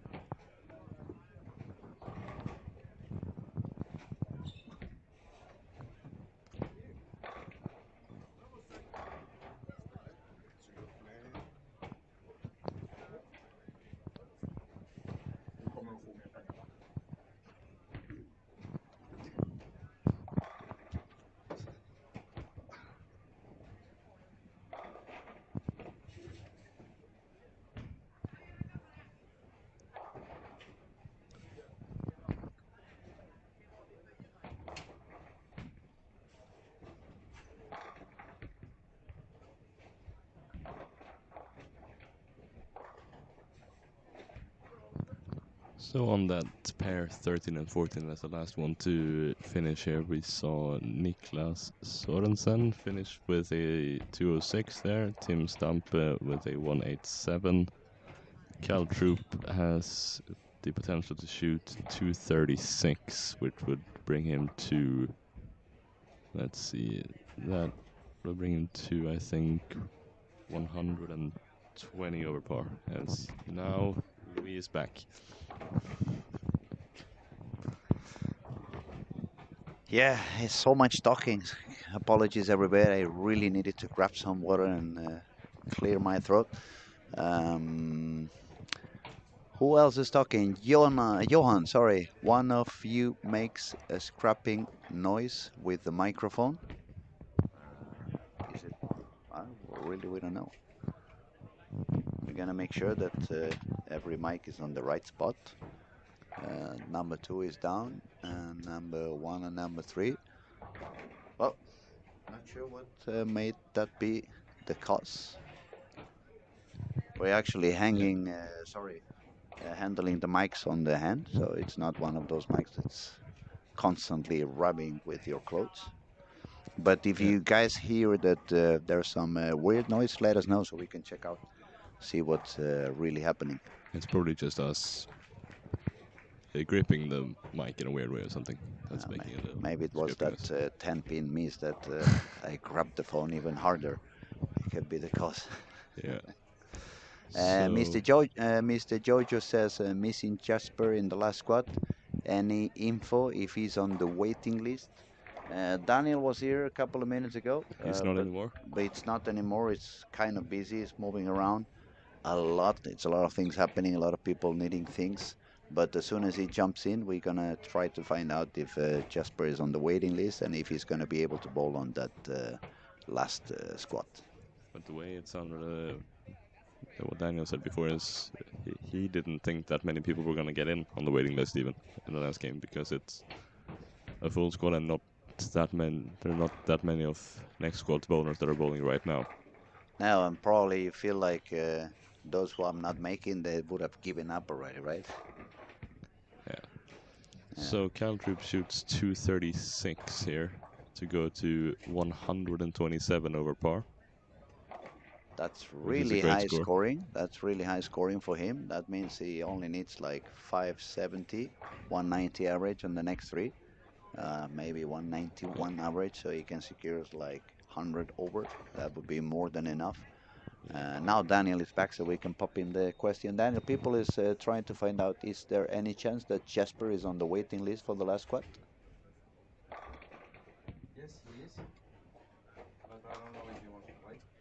Okay, and we don't know if he's gonna make it anyway because the waiting list is quite busy, isn't it? Yeah.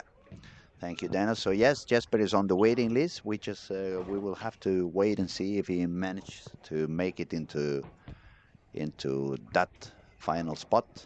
Um, those who have managed to enter the final spot, they have been doing quite okay. We remind you, Trevor, he was on the waiting list. He was not supposed to bowl, and 10 minutes before the squad started, he ended up bowling, and he did 400, 1444. So maybe not thinking you're gonna bowl and end up bowling could be the trick into getting that spot, right?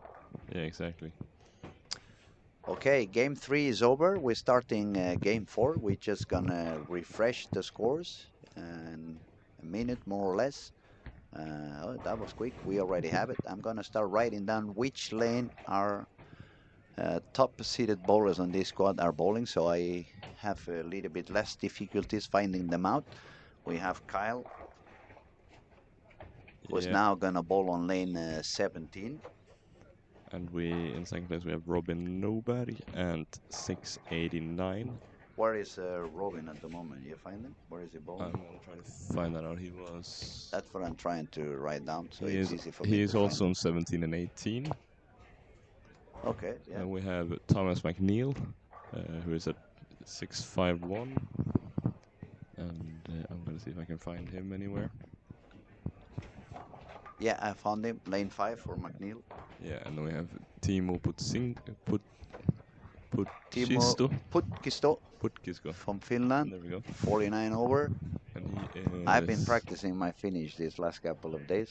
That's why I could get it over there. Yeah, So we have he is also Putkisto on 5 and 6. also And Niklas on. Sørensen is on.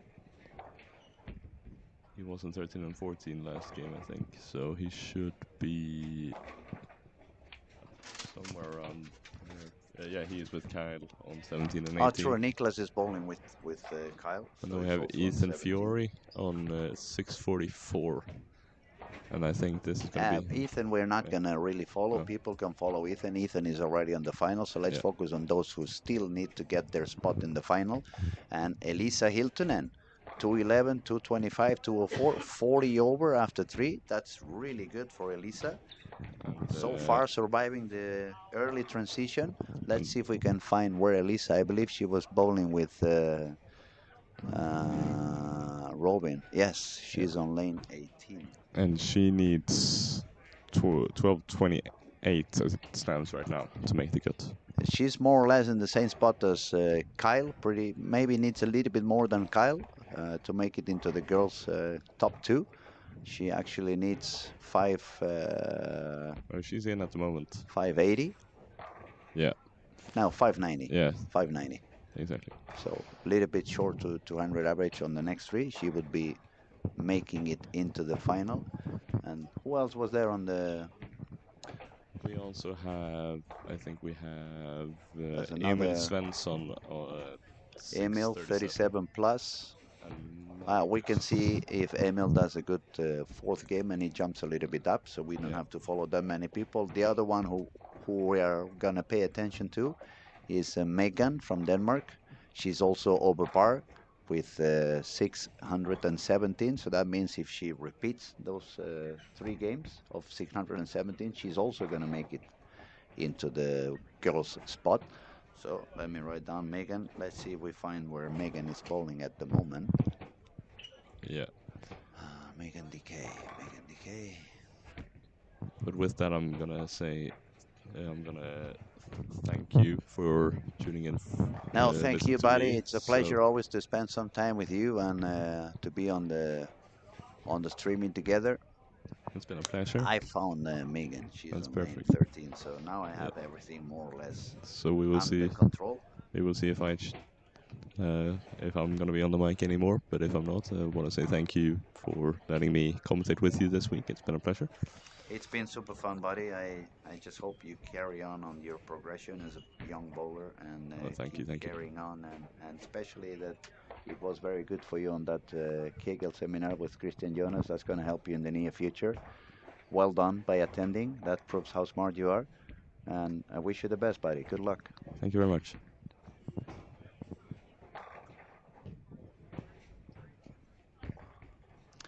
Okay, and now I'm gonna grab the horse and keep riding. Lane 17 and 18, Kyle Trupp started with a strike. He's now gonna shoot on lane 18. Let's see if he can get the double. So far, he's still bowling with a polished iron max. He's looking pretty good. A little bit of early motion. That's why he showed the 10 pin, but the messenger did the job and he got the double. Bowling on the same pair, we had Robin, who's got 7 pair and an open frame, and Elisa. And Elisa also started with a double. That's very good news for her. She carries on quite good. She's already on 40 pins over. Uh, Looking like she's going to make it all the way to the final if she can continue to carry on that way. Oh, Arnar just paired the 7-10 on lane 9 and 10.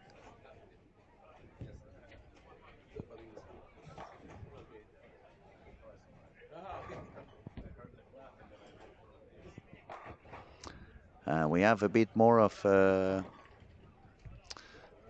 lot more people talking. We see Chasbury, the most dangerous words in bowling. I only need, as in how many pins needed for a cut. Yes, I agree with you. That's not the mental preparation you want to put yourself into before you have to make a strike. You never want to have in your brain, I have to do whatever. It's better to keep in your mind, I want to do that and I can do that because I've done it a million times before. Uh, Not a good shot for Kyle on lane 17. That was nearly a Brooklyn, but it's only a 9 pin, so it should be no issues for him. Let's see who else is over there. Let me find Timu. Timu was bowling on lane 6. And he's got, oh, pretty good game at the beginning for Timu. 4 bagger, 9 spare. That's good. Timu is already 49 over, plus those 29 he grabbed over there is already 78 over at the half of game 4. The next one we want to pay attention to is Niklas Sorensen. Niklas is running with 48 over, and now it's on a strike spare strike. The 2 girls who are fighting to make their spots into the final. Elisa Hiltonen now shooting on lane 18. 10 pin, but she's got a double already. Let's have a look on lane 13. Megan DK, also 10 pin. Kind of a similar reaction for both of them. The ball's reading a little bit early. It's dropping a little bit of energy before it reaches the pin, so you can see the ball slowly and slightly deflecting outside of the pocket. That's the main reason why they are getting those 10 pins. But taking the spare, that's good job for Elisa. Now let's see what Megan can do. Yeah, she does it too. She also takes a 10 pin. Good spare for both of them. Lane 5, we had Thomas McNeil strike, 9 miss, double and a split that he could not recover from. So he's got 80 on the fifth frame. McNeil was currently with 51 over par, so it's not too high, but definitely he don't want to give away any pins for the following games. Otherwise, that's going to force him to do 480, 490 on the last two, and that is not so easy either.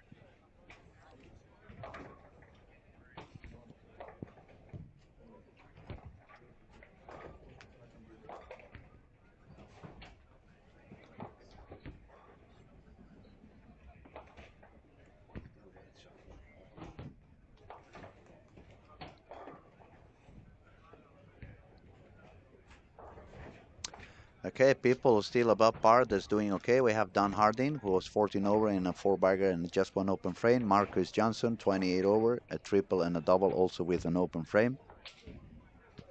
And are we watching the replay on the 710? Yes, actually, my beloved technician over there, Jonte, is letting me see the spur of the 710 for Arner. He went for the 7. He tried, fucking destroyed the pin. The pin actually came all the way out into the middle of the lane. Did a couple of spins before resting in the gutter. Yes, he killed those 710 pins.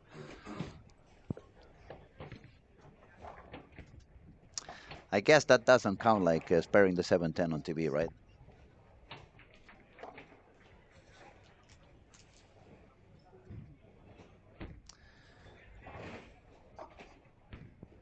Another good spare for Timo Putkisto on lane 5 and 6. It's a 4 bag and 9 spare strike, 9 spare. He keeps on that pace of 78 over par. Now looking back to lanes 17 and 18, we have three of our score leaders. We have Kyle and we have Niklas and we have Elisa for the girls division. So when we pay attention to that, Niklas, he just had an open frame. So it's dropping a little bit. Both Kyle and Elisa, they remain over par on this game. Kyle Trupp is a double 9 spare strike. Elisa is a double 9 spare and 8.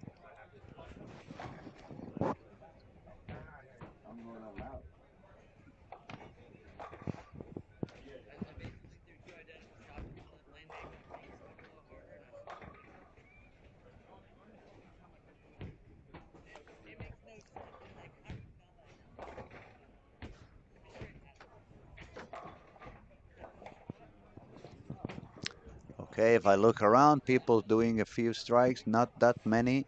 On lanes 9 to 12, Team Stampe, a double and no miss so far.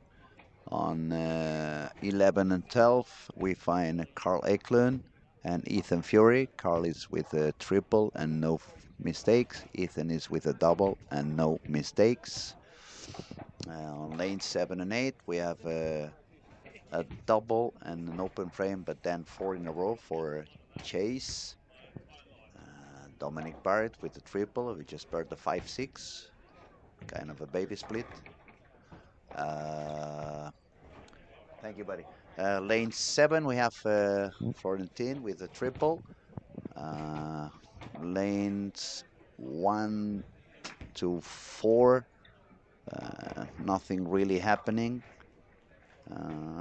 Same thing on 13 and 14. We have Megan over there with one open frame, so she's dropping up a little bit.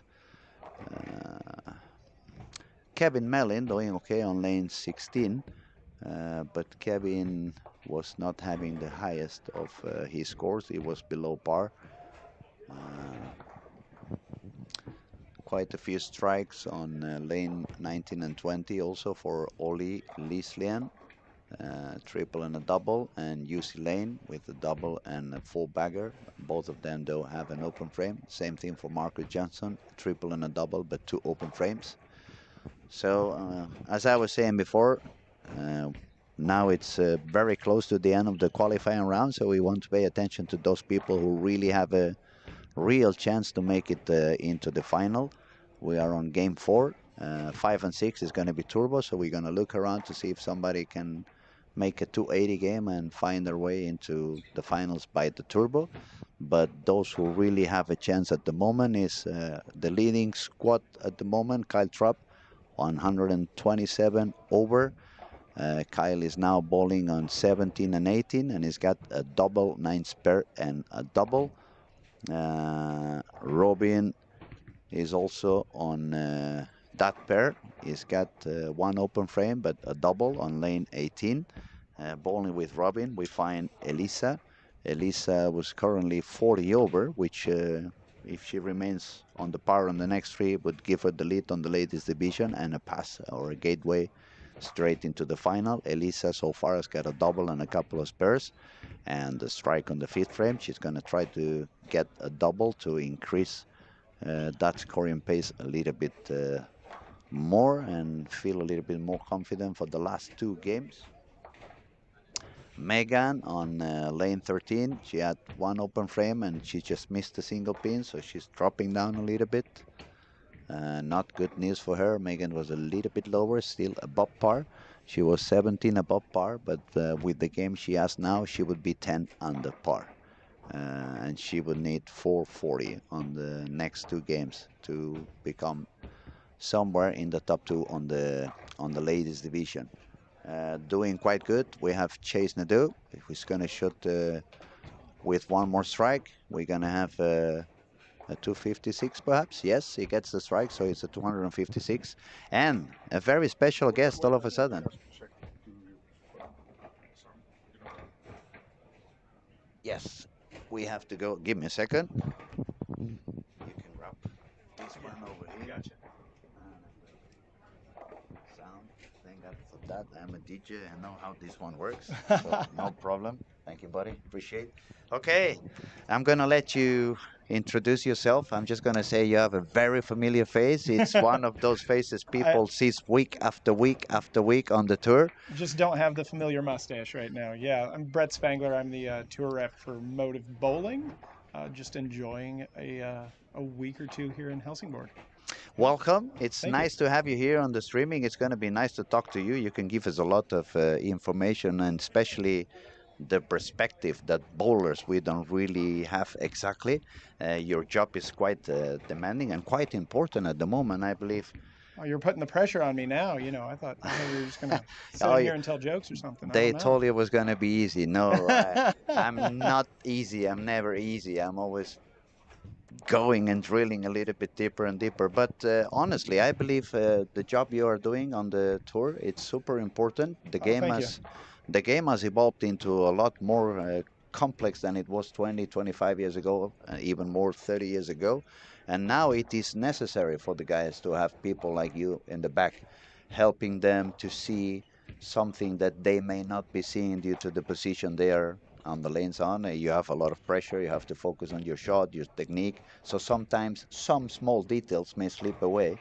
And Sure. since you're not bowling, you're on the background. Obviously, you know your equipment, you know the stuff that your brand is manufacturing. So it's very important if you can give them that extra Yeah, you know, vision. I'm in a unique spot. I think I'm the only person in the industry that does the product development for their company at home and then does the ball repping on the road. So I really have no excuse if I make the wrong call on a ball Okay, now because you're I'm the one putting the doing the testing. now you're Yeah. putting the pressure on your own. It wasn't my fault this time. That's right. I can't say it wasn't my fault. I have no plausible deniability on that one. I've definitely thrown them all, and I've thrown them all quite a bit. So yeah, and it is different. You know, the game's changed. I've this next year will be my I think 17th year working on tour as a ball Hmm. rep, and even in that period of time, you know, the game has changed. The game has evolved. It's a continuous evolution. It doesn't stop, and it feels in a way that it's getting exponential. Oh, absolutely. And it's one of those things that you have to take a step back to really realize it because, like you say, it's evolution. It happens slowly, but to look at just on the level, just how many two-handed bowlers there are now versus what there were, what oil patterns look like. what the oils look like, what the volumes look like. Just everything is so different than It's changing the when I was doing it. thickness, the gripness on the balls, the gripiness on the lanes, the surfaces, the amount Yeah, yeah.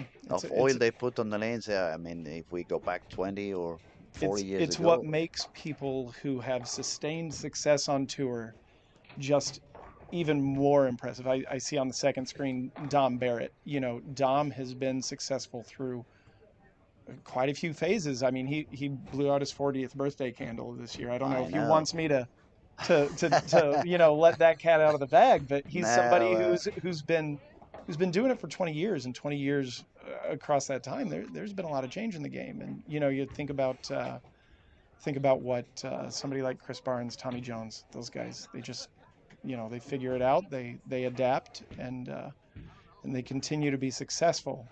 We we had this this term that one of my friends, some people will remember Lonnie Wallachek, but yeah. he would say that there are people who are players on tour, and there are people who are tag-alongs.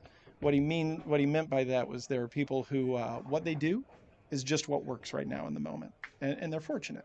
And then there are people who come out here and they never stop learning, and those are your players. And those are the ones that, especially for the young ones listening and watching the online, those are the ones you want to become. Oh, You 100%. you And never want to yeah, stop learning. You always have to be with your eyes open, hmm with your ears paying attention. Grab as much information as you can from people like yourself who really understand the equipment, who is actually de- developing that equipment.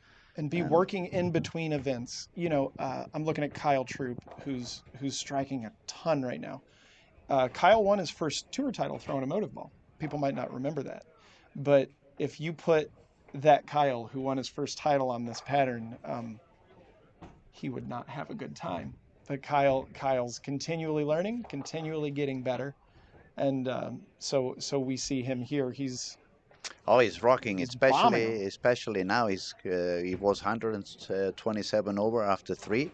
I was talking that I was very curious how was Kyle going to find a solution for games 3 and 4, because he has started the bench of squats doing quite good on the Right. first two, and then all of a sudden, boom, he hit a wall. What I've seen Kyle doing different this squat compared to the previous one, it was a lot of ball changing on the previous squats. He was jumping to the Ion Pro Solid, which hmm seems to be a little bit more aggressive and Yeah, a little it's a bit little more quicker down sensitive. lane for sure. Exactly. Yeah. And this time he's staying with that polished Ion Max, which hmm seems to be giving him a little bit more of a smoother and a little bit more of control. Absolutely. And it's working really well. Actually, he's bowling on 17 and 18 for those who are watching and watching any different cameras. He's got the double nine spare and five in a row. It's on the pace for 279. But since I have you here, let me ask you, Yeah. how busy is this week for you? Because this is not one of those patterns where bowlers can really just go out there and strike over strike over strike. I mean, you Right. probably Right. have been busy trying to help. I've seen some of the super talented bowlers you have at Motive. AJ has been AJ has suffering a struggled. lot. He Yeah. has been struggling a lot. And so I believe you are quite busy on Yeah. this week. You know, last year was easier. Yeah, yeah, everybody yeah. everybody kind of was in the same kind of ball in the same part of the lane for the first, you know, first 25 frames, and then it was everybody was into a pretty slow response resin and making a little move off of that. But it was pretty self-explanatory last year. This year, there's there you have to give them, I guess I would say, multiple touches during a block. You can't do the same thing with your hand for 6 games. You have to have some skills that maybe don't really even get used very often the rest of the year. And so some people those skills might not be as sharp as they'd like them to be right now. Um, I will say I'm busiest the first 2 to 3 games. That's when you're really at the mercy of the people you're following Mm-hmm. the most. Mm-hmm. Hmm. After about 3 games, the pattern settles in and is pretty consistent across the center. And at this point, most of the bowlers have been across the center enough times to really have a feel for what the lanes do. What you want to do, and especially what you don't want to do, Correct, right? correct. And maybe what some of the lanes do that are different from some of the others, just characteristics of the bowling center. And so yeah, I'm busiest at the beginning. I want to get an idea of what balls are going down the lane, where and why, so that when my guys go to those pairs, I I can at least give them a roadmap. On the other hand, I would like to say I kind of envy you because I'm doing a lot of coaching now. I used to bowl a lot, but now I'm more into the coaching area. Sure. And for me, it's I've been bowling since I was. My mom says I started pushing a bowling ball before I could walk, and I've been very fortunate. I've been always surrounded by the most talented bowlers in the amateur atmosphere. I've been lot of friendship with Thomas Leandersson, Mats Oh wow. Carlson, Right. Tim Mack, Bill Huffman. The Spanish, my best friends in the tour, it's Andres Gomez, Arturo Oh Quintero. yeah, I yeah. sucked a lot of information from every single one of them. So I believe I have quite quick eyes to read the lanes. And Sure. I do my job because I not only coaching, but I have a pro shop. I have to drill balls, so I have to do my homework, understanding the equipment it's That's a out lot to there. keep up with. Uh, Oof. I'm yeah, but I mean I envy you because in a way most of the people I have to work with, I do most of my job in Spain. I have some students up in Sweden that are a little bit more talented. It's more facilities to bowl in Sweden than Mm, it is in Spain. right. But what I mean is that it has to be a lot easier to just Oh yeah. tell a guy to EJ Tackett or Ethan Fury, Right. maybe you should do that, and they just grab that ball and boom, boom, boom, boom, they get the job done. 100%. I haven't done like coaching on a local level in about 16 years, and but I will say it's a very different experience, and it would be yeah, I can't even imagine now because I can just go to a guy and be like, yeah, no, maybe half a gear down and down tilted a little bit. Let's see what that does. And they just go, oh, okay, no problem. And they know what that means and they know how to do it. And so I'm very spoiled for sure. So it's a very fun job that the one you have. You're not only helping the bowlers. That's what people see. I mean, they see your face on TV, and Right. then usually you feel like these guys have a very easy life. They just work a couple of hours on the TV show, but no, you have a lot of work during the week as Oh well. my So yes. it's off Yeah. the lanes, in the lanes. What do you guys think, or what are you ideas? How you get an idea to develop a new bowling ball?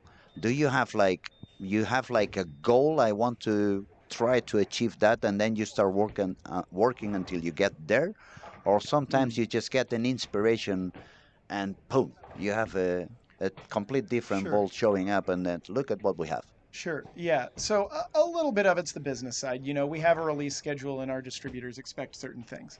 So that's the boring part, I guess. But, one of the benefits of my job is that I get to go out on tour and I get to watch everybody's balls. I get to watch all the balls go down the lane. And so uh, I can I can watch. I can see what looks really good for somebody else, and I can say, do we have that? Should we have that? Um, I can see what we already have, and be able to say, okay, this particular ball would be a little bit Hmm. better with Hmm. this tweak, and those kind of things. And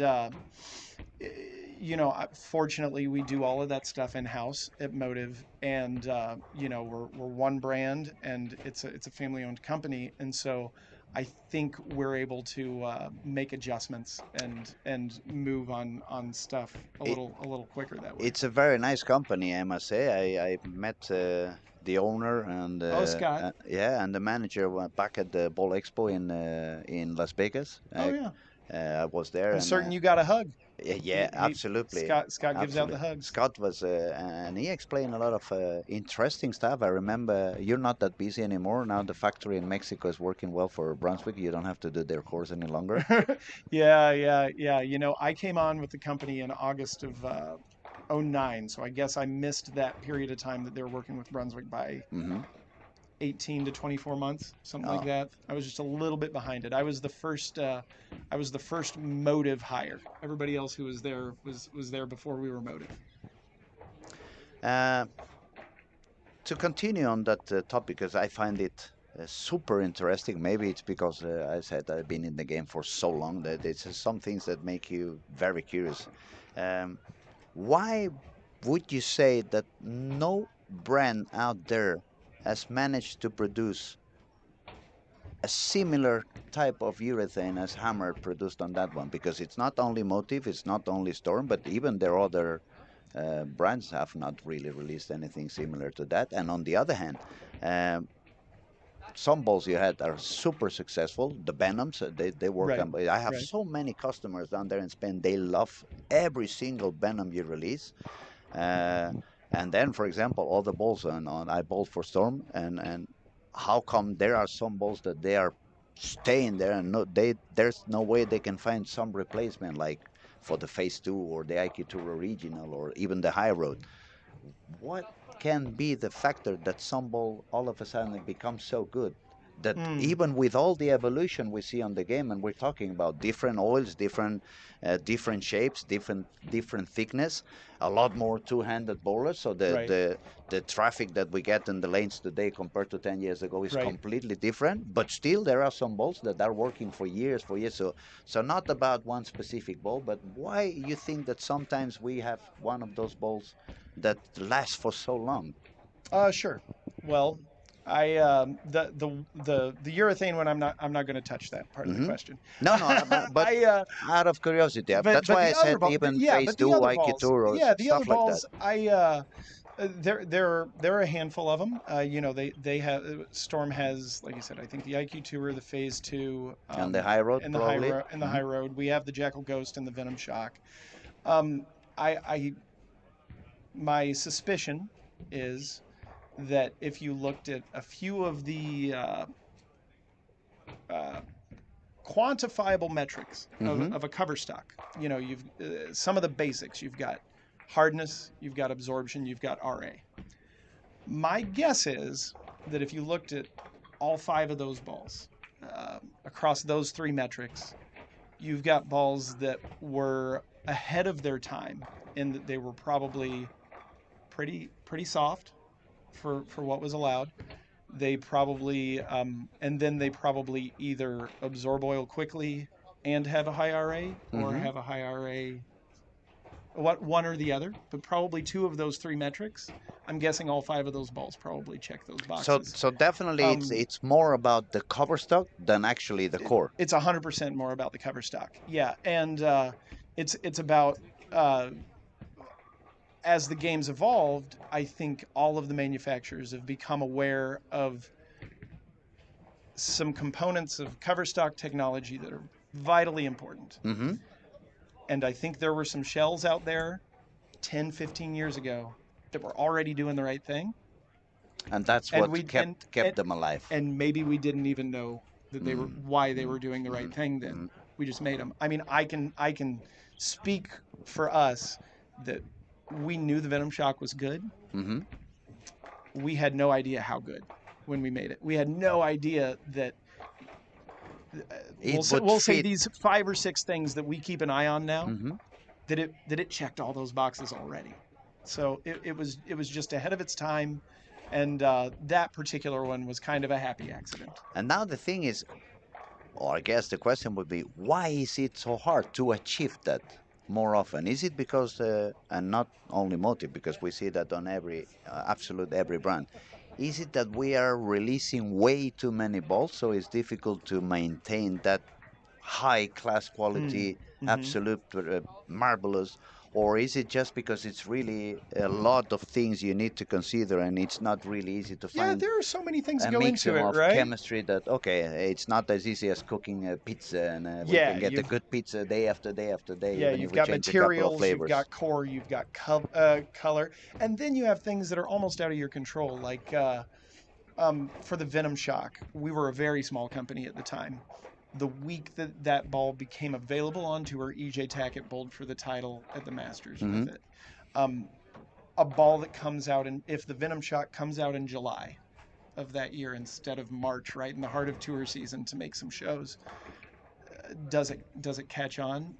Maybe not. It would have been just as good a ball, but if it came out in July when people weren't bowling, it's probably gone in 18 months at the most. So it's a very big amount of variables There are so that many really play variables, on a and role on it. I mean, there are balls that I love every bit as much as a Venom Shock that I think would still be as good now, but just timing, um, who the people are throwing our balls on tour, Hmm. things like that.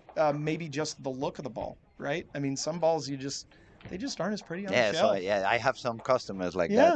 Yeah, I like the yeah. smell or I like the colors, but this one is not really It's gonna. not as No, but pretty. I like it. I want this one. Okay, you want it? I'm not gonna deny. So, but very interesting topic. I'm sorry I went that deep into Oh, that I'm happy. I'm happy. all I'm that happy stuff. to. But That's fun stuff. since I have the chance, I really had to ask because for us, for example, for me living in Barcelona, even if I bowled a few times in the United States, sweepers, high rollers, stuff Hmm. like that, Hmm. big events like Weber Cup, whatever. But one thing that is not easy for a bowler like me in Barcelona, even when I was at my top, is to really go into a factory and Right. really see all the process, Right. really see how everything happens. The closer I got to that is some documentary on YouTube Oh yeah, or yeah. how it's made. The Yeah, how it's made when they but were in how it's made Kentucky. is like they're not really telling me what goes on. Yeah, What they're they are not giving showing you me is much. I see a core, I see they put the two pieces together, and that's a bowling ball. Okay, I wanted to do something a little bit deeper than that. Let me tell you something amazing. You're not going to believe this. I've been with Motive for 16 years, Hmm. and I have never been in the production facility. Oh, that's cool. I've never been in the factory. They are so secretive about the process that I So not I've even never. after 16 years, you have been able to get over there. Oh I, my goodness. isn't that something else? Okay, now I Yeah, feel a little bit more feel a relieved. little Now, better. yeah, yeah, I feel a little bit better. I mean, back in the day, early 2000, I bowled for Colombia, and every Hmm. time I got a box, San Antonio, and I was Oh like, yeah. I want to go there sometime. I want to get to see the factory. I never happened. Actually, I went to San Antonio once, but it was to see a basketball game when Tim Duncan and David Robinson was Oh still yeah. playing. So it was a fun game to watch, but. That I call it baby boy dream that that Hmm. curiosity because you actually were born inside the bowling alley. Right. You have running behind the machines when you are 3 years old. You know how the machine works. You start touching the oil machine when back in the day it was the centuries and put the cards in, put the cards back in, see all this moving that. Okay, now it's at 38 feet. I'm gonna put the nail or the screw a little bit shorter so it goes Right. down to 36 and I get bigger back end reaction. All these kind of crazy things you do when you're 10, When you're 12, a kid, 13. yeah. And but definitely I was super curious about all this line of work. So you mostly work in the house. You mostly work in your office. Is it a job you do with a computer? Yeah, I am the only remote employee for Motive. So I actually live in Indiana. The Hmm. company's in Michigan. So when I started with the company, all that I was hired to do was essentially tour rep, and then I took over the staffing, the regional and national staff, and then I got involved in the product development. But when they hired me, they let me work from home, and it's hard to take that away, I Oh, think. So, obviously, obviously. yeah, so I'm happily I live just north of Indianapolis with the tour schedule the way that it's been the last a few years. That's been it's been a good place to be. Indy's I, pretty close to a lot of the tour stops. mm, Lovely. And you got the 500. Alex Palou just won that race over there, the 500. Oh yeah, yeah, yeah. What do you call it? 500 miles? Yeah, I've Yeah, 500 miles, yeah, 500 Indianapolis race. the Yeah, yeah. Indianapolis 500. There's a half marathon in Indianapolis that you get to run a lap Oh my. around the Brickyard, and you know that's what gets people to go and do it. And I went and did it, and I got to tell you, that was the worst 2.5 miles of that entire race. You're running along the roads, and people are cheering for you, and you're having a good time, and then you go in there, and it's just crickets. You know, I mean, it's cool to see the bricks and everything, but yeah. So I've run a lap around that, but I was a little slower than the cars. How noisy are the Indy cars, since I'm asking? Because Oh my I've been at the goodness. Formula One a few times. Now they are not that noisy as they were in the past. Right. Back in the day, they were See, I, incredibly noisy. It was even yeah. annoying. I'd rather watch it from home because it even hurt my ears. Right. But I wonder, is the Indy cars as noisy as the Formula One? I don't know now. It's been 30 years since I've gone to the Indy 500, Uh-huh. so But yeah. it's not something you can hear from the house because, for example, where I've been drilling bolts lately, my pro shop is about, I would say, between 5 and 6 kilometers from the Formula One circuit in Oh, Barcelona, okay. and not now, not with the engines today, but the V10s they used before. Back, When they were yeah, running, you could hear them from that far away. I They believe were that. really, That's really noisy. that's amazing. I thought you were going to say the airport. I was going to say, I flew through Barcelona last summer, and my bag never made it. So if you were near the airport, I was going to see if you could grab that for me. I hope you didn't have any ideas about balls over there. Ideas, I can. Yeah, I mean, no, because no bowling balls, no bowling okay, balls. okay. We're all good. Just to end up the topic of the factories and how do you guys work, and so just out of curiosity, is it divided like we have a team working specifically on cores and another team Hmm. working specifically on cover stocks? Is it all together? Because to me, it would make more sense that everybody. It makes sense that everybody understands a little bit more. One more of Yeah, yeah, chemistry, yeah. another bit more of a physics. Right. But on the other hand, you need both things to work together. Yeah, there always has to be that tension. You have to have a team who really uh, work together well and are comfortable with the conflict. I joke that my job is to fight with marketing, and Hmm. that one of the guys in marketing, his job is to fight with me, because they've got to make sure that this is a ball that we can package and we can put on a shelf and that people will want to buy. And my job is to make sure that this is a ball that goes down a lane and rolls in a way that somebody looks at and wants to buy. And so, everybody's really involved. I would say that there are probably about 10 of us that are involved in that process, and everybody kind of has a say in all of it. Hmm. um, if it was up to me, every ball would just be solid black and have fairly dark logos, Hmm. and would come out of the box between 2,000 and 5,000 grit, and we'd all be happy, and I'd love that. But marketing tends to tell me that maybe they can't all be black and be Yeah, no, between no. 2 and 5,000 grit. Nowadays, I mean, the new generations, they are everything into colors and fancy stuff. So I believe, yeah, that Right. in a way I miss those days because also now since you are an expert on the topic, I'm gonna ask you. You're gonna correct me if I'm wrong, Okay. but it's very common on bowlers that Hmm. we have the idea. Let's say we have.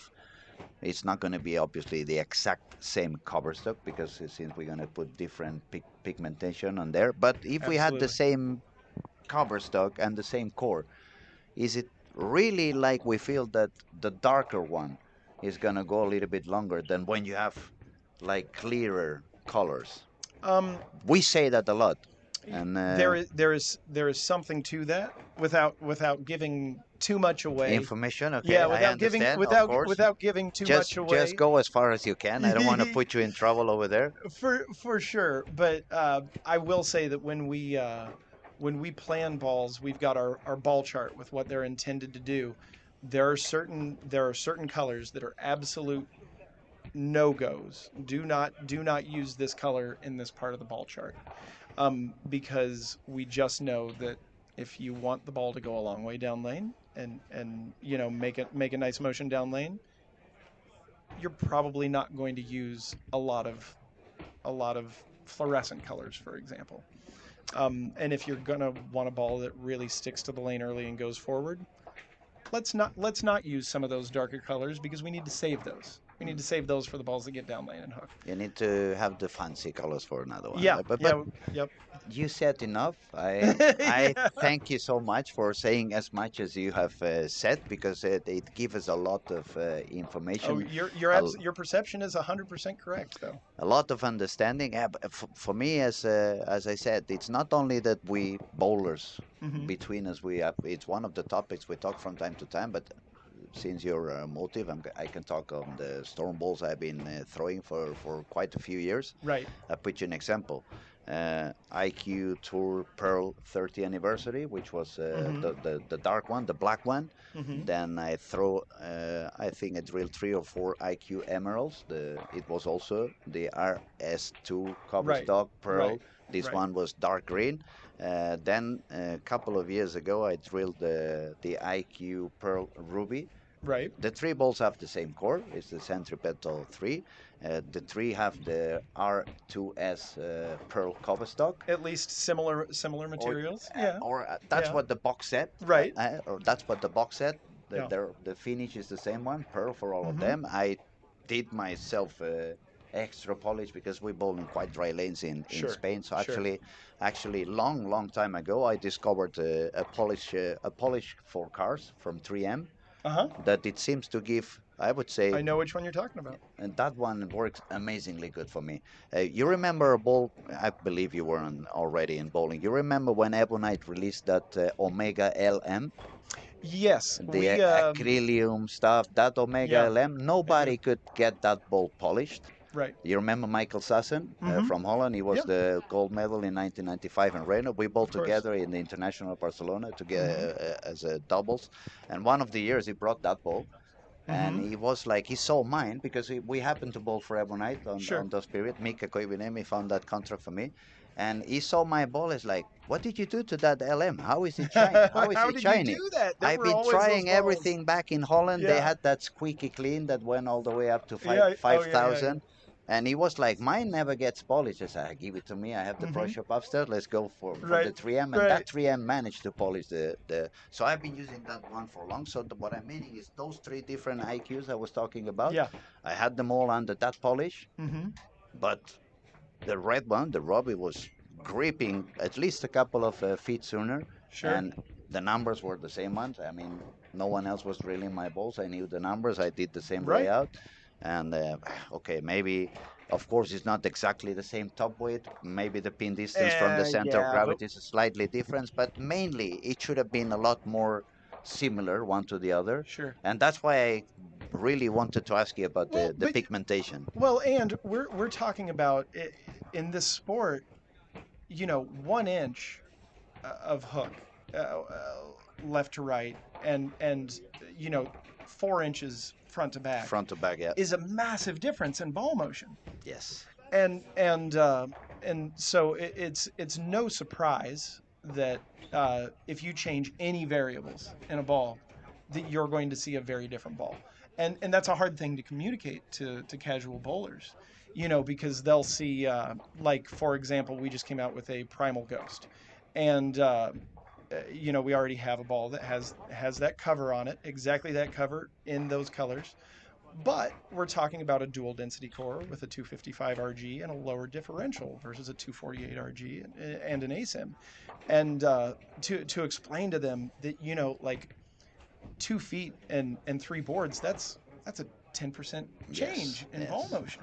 When you say it, it It's sounds like enormous. a very little Right. difference, but when you're trying to, especially on today's game, Right. when 220 is not enough and you have to go all the way up to 250, Right. that difference is going to be a huge difference in the entry angle. Yep. So that is, I've been talking a lot about this on the streaming during this week, Game of especially for inches. those people who bowl Yeah. the night league and they go back home like, oh my God, today I was so unlucky. I've been hitting the pocket all night long, but I Right. couldn't strike. I was so unlucky. And now trying to explain it's not about luck.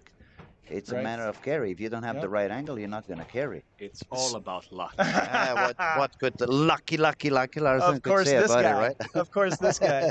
Yeah. So there are little tips you can give those people, right, to start teaching them how to just watch how the ball goes through the pins.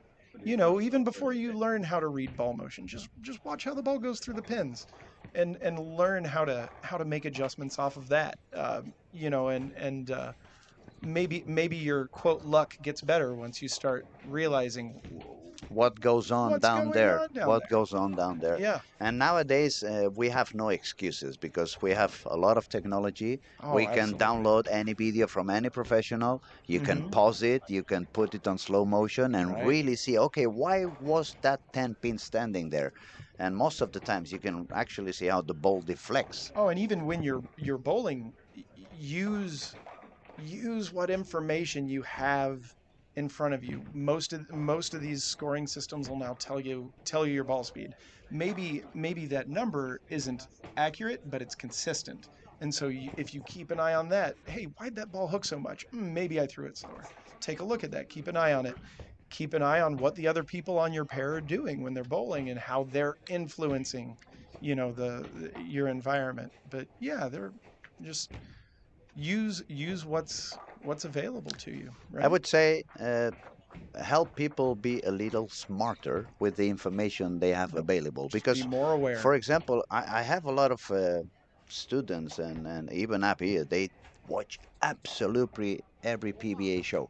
Mm-hmm. But at the end, when I ask them about, okay, what did you see today? Right. It's like they have gone to the cinema and watched the movie. Active active viewing versus passive viewing. Yes. And on the other hand, I tell them, but look at these guys. Now, when you are bowling on the tour and they have the spectre over there and Mm-hmm. they do something that really didn't work the way they believed it was going to do. Do you Right. see how they turn their hand, how they Mm-hmm. head? Okay, let's see Yep. what the numbers are They're there. looking. They're And it's Yep. not that they are curious; it's that they need to understand Right. what happened over there. I love rewatching the shows where a bowler runs the ladder and makes it from the first match to the title match, because really, if you think about it, how many games are bowled there? It's 8 games bowled on a show plus practice, so maybe it's 2 games of league. Hmm. Look at how how How many massive? how many skills they show off in those games, how many adjustments they make. And you're talking about really the amount of shots is probably 2.5 games a Hmm. league. Hmm. Yeah. Very nice information. It's becoming really, really interesting. I hope that people who's watching, they are having a lot of fun. Actually, there was a Becky. It says, "Hi, Brett. Did you just say without the mustache?" I did. Oh my goodness, you wouldn't believe how mad people were in Pennsylvania when I went to the tour finals without a mustache. And now we are back to we were talking. So people is looking at the shows on TV and they are paying attention to your mustache instead of paying attention on the job you guys are doing over there, trying uh, to learn something. that's all right. We're all just trying to have fun, right? Yeah, I always go out with some kind of silly facial hair to the first tour stop, and then, Michael broke a scoring record at the first event. We had a couple guys on the show. I was like, well, I'm just superstitious enough. I'll keep it.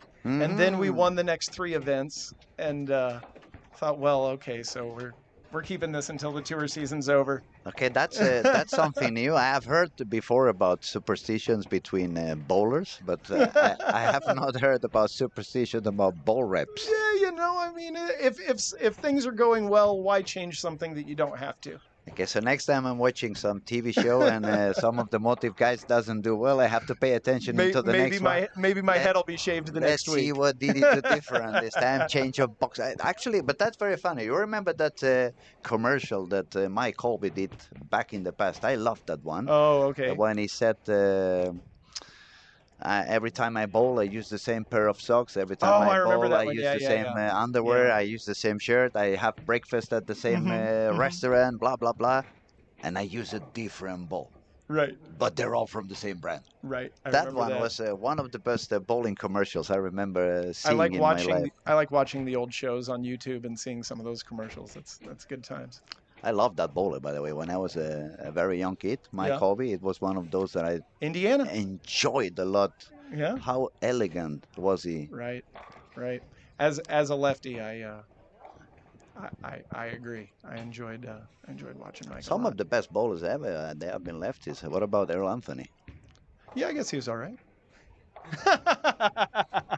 Right? Yeah, absolutely. Uh, Absolutely. We are almost done with game five. Just a couple of guys short with one frame. We're gonna update the scoring pretty soon. On game four, we had Kyle Troop 184 over. Holy cow! That is very very high. I think I he might make it to step two. looks that way. Looks that way. He's gonna bowl now on 5 and 6. He's That's right. already 212 over. So if he continues to go that way, he's gonna take the lead on the event. I The think current so. leader is Trevor with 244 over. Um, Someone else was doing quite good. It was Timo Putkisto from Finland. He was 96 over after four. Where's he? Uh, Where's he bowling? uh, I don't know I because they don't see have him right now. Oh, no. It's his name's some of not the up yes, yet. some of the scores Yeah. are not there yet. So, but we're gonna get that updated pretty soon. And look at how cool Elisa Hiltonen, 53 over after four. Whoa. That is remarkable. Yeah. Not only super steady, but how difficult is this pattern for the girls? Oh, absolutely. They started Yeah. a little bit, especially she was bowling a little bit further outside from the beginning, kind of a Mhm. similar line that Ethan done on his third squad Oh, yeah, yeah. When when he he was was throwing the bowling urethane. urethane. Yeah. That was amazing, by the way.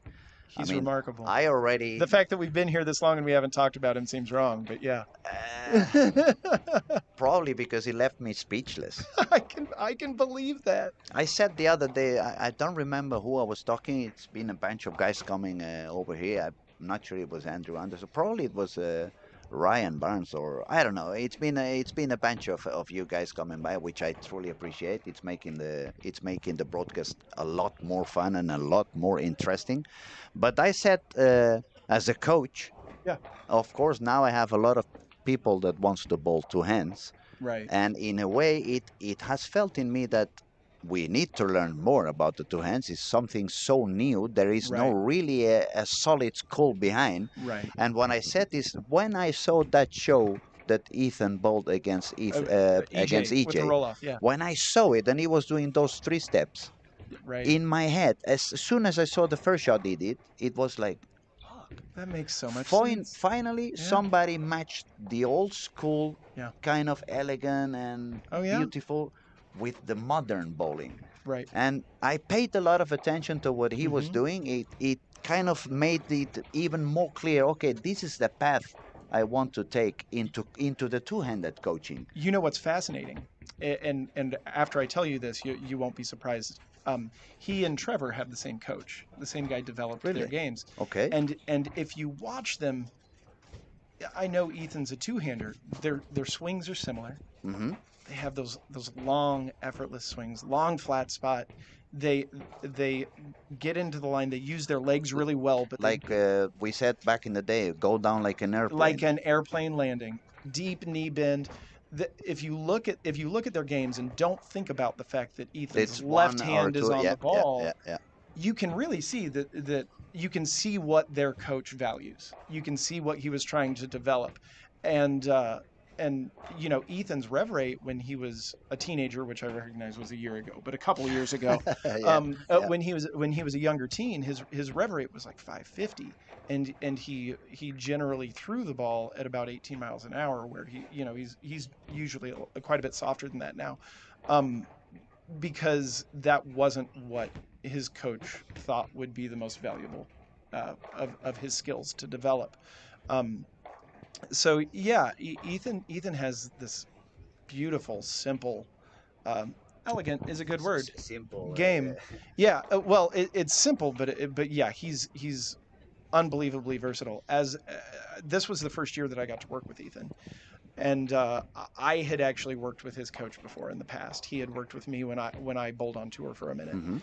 and so I kind of knew what he valued and everything. But Ethan, every time I would ask, like, do you think that you can do this? Some kind of physical cue or something on the lane. Oh yeah, we've worked on that. I can do that.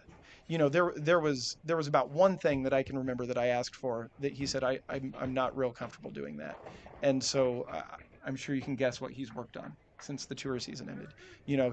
He's really good at what we would call it as down tilting the ball, but this last year on tour, he could really only do it if he threw the ball over the front. He wasn't able to get the ball into the lane and down tilt it. And that's a skill that EJ uses a lot when we're on low friction surfaces on a lot of oil. In Reno, almost every pattern, EJ would give the ball really stable roll with shallow angles to start on a lot of the patterns, and as he would move in, he would Then, down tilt the yeah, ball and yeah. get it into the lane. And so, you know, in Reno, that was the first time that I really was like, Ethan, can you give this to us? And he said, you know, it's not a no, it's a not yet, Mm, mm, because he's a worker and he can do it now. Um, he's because again we where we started our conversation, there are people who you can just tell they're always adapting, they're always learning. Had that conversation with a young player day one when I was here. He said, what steroids are you giving Ethan Fiore? And I said, buddy, let me tell you something. There are bowlers, because of the way that the tour is structured now. I'll see somebody every day for a few months, and then I won't see them for a half a year, right? There are people that you see, and the next time you see them, you go, oh, I know what you've been working on. I can tell what you've been working on. Sometimes it's the right thing, sometimes it's not. Some of that depends on coaching, but you know that those people that when you see them, you can say, I know what you've been working on. They're going to get there. They're going to figure it out. They're going to keep getting better. Um, Ethan's one and of those then kids. just a small pause. There are those ones that you coach, but you're not living close to them, and you give Yeah, them some work to do, right. and you meet them 3 months later, and you ask them, and they say, "Yeah, yeah, I've been working on everything." Mm-hmm. You have a look, and he's doing exactly the same thing. Right, He has been working on right. nothing, just playing the Game Boy. But we have this one. I think is interesting topic. We have Glenn Turner, the multi-ball rep in the booth. Which hooks more, dull or polished? This brings us back to the Right, very right. long time ago. We don't want to think anymore about which ball hooks more or less. We want to Right. start thinking front to Front to back. back. Front And to back. so that's the number one thing. That was an easy It's answer. it's But it's a now it's a you go fair for the it's a deeper one. fair You go for the question, deeper and one. I it's a question that requires follow up questions. Who's throwing it? Where are they throwing it? On what are they throwing it? You know, and so is it a condition where we need the ball to retain energy? If yes, your shiny ball is going to cross more boards. Is it a pattern where you know, we need the ball Yeah. to get started? Then probably your dull ball is going to cross more boards. But again, uh, right now, uh, eh, there you might not want the ball that hooks the most of the time. We want the ball that gives you a nice, controllable motion. And as a manufacturer, we have to give you 15 different balls so that in different environments you can get that nice controlled motion. We, yes, people make balls that are very angular. We don't want to use those balls when they look like they're getting kicked off of the gutter. We want to use those balls when there's enough blend and friction in the pattern that the balls that are smoother will not carry a corner pin or will not dock Exactly. down a two pin. Exactly. We're really always looking for the same shape. There are just Hmm. so many different ways that we have to accomplish that shape. Absolutely, and that's one of the reasons why one of the things, as I said before, bowling in Spain and south of Europe is not that many professionals at all. It's more Mm, like recreational bowling. So sure. you have to help them understand all these kind of things from the professional point of view. And that's one of the biggest mistakes I see in amateur bowling. They have six balls in the Right. back, but it doesn't matter where they go to bowl. It's Barcelona, Madrid, Paris. They always grab the same ball. They always try to Mm-hmm. make it work on the same spot, and and that's not what we want. I mean, you have six balls on the bag. You just have to find out which one is going to work on that specific and and condition. when you're acquiring those six balls, talk to people who know what they're doing so that you don't accidentally end up with six versions of the same ball. Yes, that's the other thing. We unfortunately there are some pro shops over the world that they just only care about the business. Mhm. And I would say wrongly, mistakenly, because actually it's just a short vision. If you just Right, get rid of the stock that you want to get rid of, right, you're right. gonna get out of that ball today. But that bowler is not gonna have, is Correct. really not gonna get any good answers or any good results because Right. it's a photocopy of what the another ball he has in the back. So you're Hmm. gonna end up losing the customer. So it's not only we're talking to the amateur bowlers, but we're also trying to help the pro shops in those countries that don't have that much Right. knowledge that sometimes it's not that beneficial to get rid of that ball that you want to get rid of. Right. It's Right. going to pay out a lot better in the long term to give them the ball that they really need. And boy, I wish that when I was a kid. Oh, look at that spare on 15. Just Arnar covered the six Johnson seven. got the 710. Did Oh, you you're see that? kidding. No, he just got the He's 710 one of my favorite bowlers to watch. couple of games ago. One of my Uh, favorite bowlers to watch. really strong spur. The seven, he went for the seven. The seven kicked the 10, and one of the pins came 1/3 of the lane forward. So it really was a strong 7-10 sparing. EJ bowled against Arnar in Reno. I don't remember which pattern. Forgive me, but when we were talking the night before the match, it was, buddy, we got to win this in 3 or 4, because once, and it's crazy to hear this talking about somebody like EJ who's so good at shaping a ball. Once Arner gets left and can get left, catch a handful, and throw right, It's dangerous. you don't want to mix up with that. No, He is incredible. he's a Viking, but Yeah. definitely Viking over there. Very strong. Let's have a quick look at the scoring, because we are Yeah. in the We got middle the update. of the sixth game. This is a turbo game. On game 5, we had Marcus Johnson, who is now currently in second position with 1,088. He was pretty close to shoot 280, which could have given him the turbo, because games 5 and 6 Right. at the moment is somewhere around 277. But let's look at the general status. Kyle Troop 12-12, 212 overs.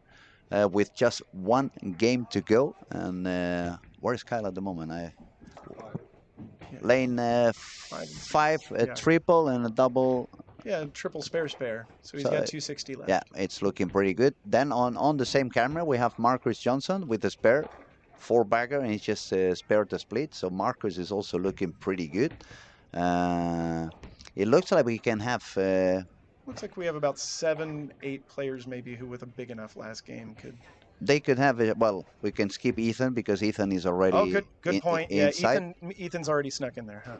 And couple times. And Elisa, she's got 30 over, 33 over to be precise. She shot 180 on And that what's last the number, one. 28 right now? 28. Yeah. So she needs to make sure to make at least 196. And if she wants to secure the spot, actually she should make 202, because 34. That would get around 34. The top it's number. yes, right. That's what Nora Johansson has at the moment.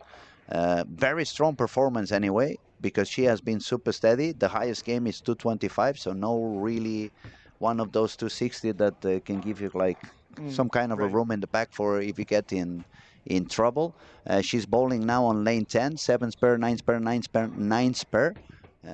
Taking every single spare, making sure she doesn't get into any kind of issues and troubles. People who could do something on the turbo. We have Florentine on lane 15, front 5. Oh, you know what? I'm going to jump in here for a second. Glenn Tanner followed up. He said, I see a lot of polish balls going down the lane and hooking a lot. I think he was talking about in this tournament. Okay. And yes, I tell you, my guys, there are a whole lot of shiny bowling balls. On the fresh, we're using balls that have low RG fast spinning cores with a good deal of differential and some intermediate diff to get the ball going forward, but we're shining them. There's polish on quite a few of them. You see, I see Tobias right now bowling, and Tobias is, I think every ball in his bag is polished now. So yes, Glenn, to follow up, there's a lot of polish on the lanes right now. Good deal of compound, and people who have balls that aren't polished, I do believe they have a great deal of lane shine on them. I mean, also in a way, he may talk a little bit of one of the tricks we do sometimes when we want to gain a little bit of control on those pearl reactive cover stocks. When we want to smooth them down a little bit, and we touch them slightly with a 2000 or a 3000 to kind of kill them a little bit. But due to the fact that the heads are drying up so quickly, that wouldn't be any beneficial. It would give you control, but the ball would lack the energy and the push down the lane. We call those angular balls on tour. We use fast response is what we call them. And we don't really. I don't think players really want to be in a lot of fast response stuff this week. You want shiny, which is going to make them quicker, Hmm. but it's a lot of moderate to slower response balls that are shined. Has been what I've seen a lot of people using. So yeah, good follow up, Glenn. Thank you for that. I had a greater understanding of what you were looking for there. Um, I'm gonna say one more time. Let me stop you for 30 seconds. Hmm. Everybody who's watching and everybody who's listening, if you have not done it yet, please subscribe to our YouTube channel. It's 100% free. Our main goal is to help bowling worldwide. This is the reason why we are broadcasting every single frame on this event. And as you can see, we keep bringing more and more interesting people to talk to us, so we can give you not only the seeing and viewing how good they are on the lanes, but we are trying to provide you with the much knowledge and the much better comprehension of the whole complexity of the game. So if you have not subscribed, just go ahead, click the button. We will be very happy to have you as followers. And man, it's really, really interesting to talk to you. I I had a had blast. a lot of fun, Yeah. a lot of fun. I don't want to really kidnap you any longer. Feel free to go out there if you have any guy that you have to do some business, because it's one more squad. I believe probably One more AJ. shot. Yep. AJ is probably gonna try once again. Boy, he'd better. You better, right? He won this. He won this event a couple of years ago. So Oh, and I've only been here the last 2 years, so maybe I'm the problem. yeah, You know, maybe he's maybe, gonna. maybe I go back and take a nap and let him just bowl. It's been an absolute honor. It's been an absolute pleasure. I thank you so much for your Thank time. Thank you for all the amazing stuff you explained to us. I'm gonna go home happier with knowing that you. a few of the ideas that I had in my mind were not that far from being correct. Not at all. And I thank you for all the new information that I'm gonna go to bed making sure it stays in my brain. Well, thanks so much. This was fun. Appreciate it. It's been a pleasure. Thank you, All buddy. right. Enjoy the rest of the week. Good luck with your guys, Yeah, and thank you. good luck with the new season. All right. I appreciate it. Thank you, Thanks. buddy. Thanks. Mhm. Wow, it was unbelievable. A lot of fun. We have learned a lot. It was definitely one of the most interesting chats we had during the week. I hope everybody had a lot of fun as well, and you guys learned as much as we did. It was quite interesting, wasn't it? What do you think, Chrissy Jonas? That was pretty good, eh? So we have some people helping us with lane profiles, some other people helping us with how do they see the patterns and how do they want to bowl them as active professional bowlers. Now we had a little bit of we have a question over here. There are many bowlers from the United States. Well, we have 21 bowlers from United States who have been bowling or will be bowling again. It's quite a bunch of them. To come from United States all the way to Europe and especially up to the north, it takes quite a few hours. So I would say it's quite good. 21 is not bad. We have, I think it's people from over 26, 27 countries. It looks like a world championships with PBA guys joining in. Um, a lot, a lot of talent on the lanes. A lot of striking going on. A lot of people with possibilities to make it into the final. Lane 7 and 8, we have Marcus Johnson. Uh, with just a spare on the 10th, is going to go with 100 over, so that's going to make him go straight into the final. On 5 and 6, we have Kyle Trupp destroying the lanes. It looks like everything he has been suffering during the week is going to pay out on this squad. Is 159 over with 4 frames to go. He gets another strike, is killing it. 189 over, and he still have the possibility to get another 90 pins on that scoring. So Kyle can go all the way up to 279 over. My goodness. Same ball for the 6 games. Yeah, absolutely. It's looking terrifically. And I know for sure, Martin. If you allow me, you're the boss because this tournament is under your name. Daniel, the same. If you allow me, I think I know what am I gonna ask him right away when I get to the lanes. Was it a little bit easier with the people around you this time? They didn't lose the rhythm and the tempo. What do you think? Will he catch it properly if I go that way? Now you know me, guys. I'm just joking, having a lot of fun. Um, I'm simply impressed. I mean, he's gonna shoot 280. It was until yesterday morning we were doubting. We gonna have any 1400?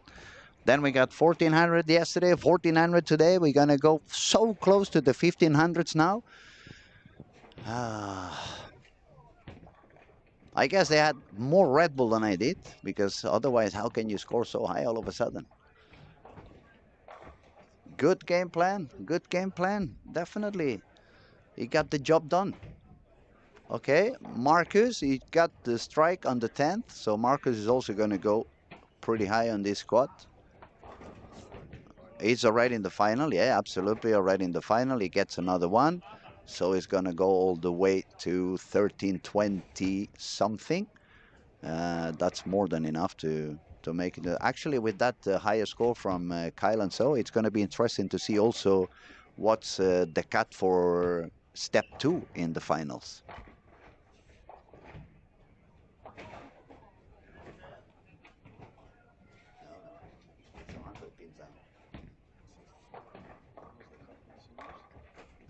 Oh, because of the senior, that's true.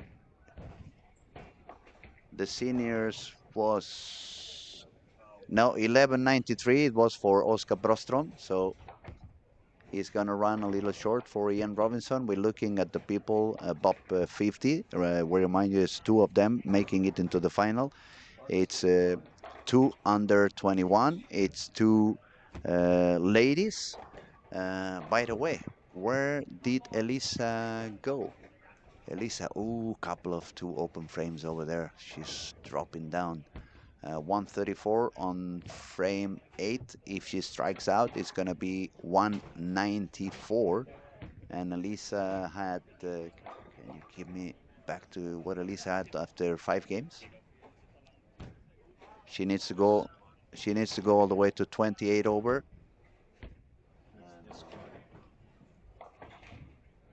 I was just going to tell you right away if you give us just half a minute.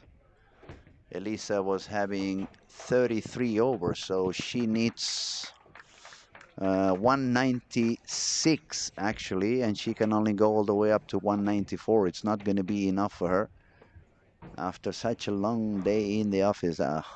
Megan was close. Megan was with 1,014. Where is Megan bowling her last game? Megan, oh no, no, 174 on lane 1 and 2. So Megan also dropped down to 11 and 88. So 1319 for Marcus Jansson. 1277.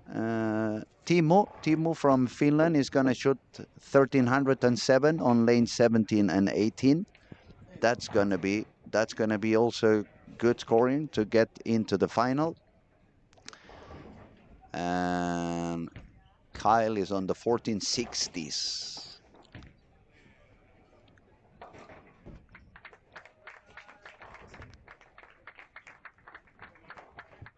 No, Robin Norberg, but he's under 21, isn't he? And under 21 could be enough for Robin. I think it was somewhere around 1250, 1260.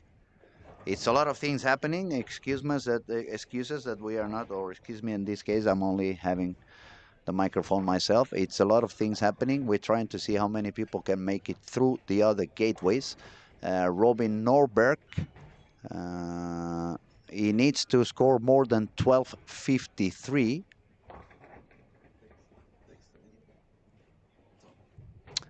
If he makes a double, he's going to lead. The leader is Anton Andersson with 1286. We have a question here. Does anyone know when the 2026 PBA season will start? To be honest, I have no idea.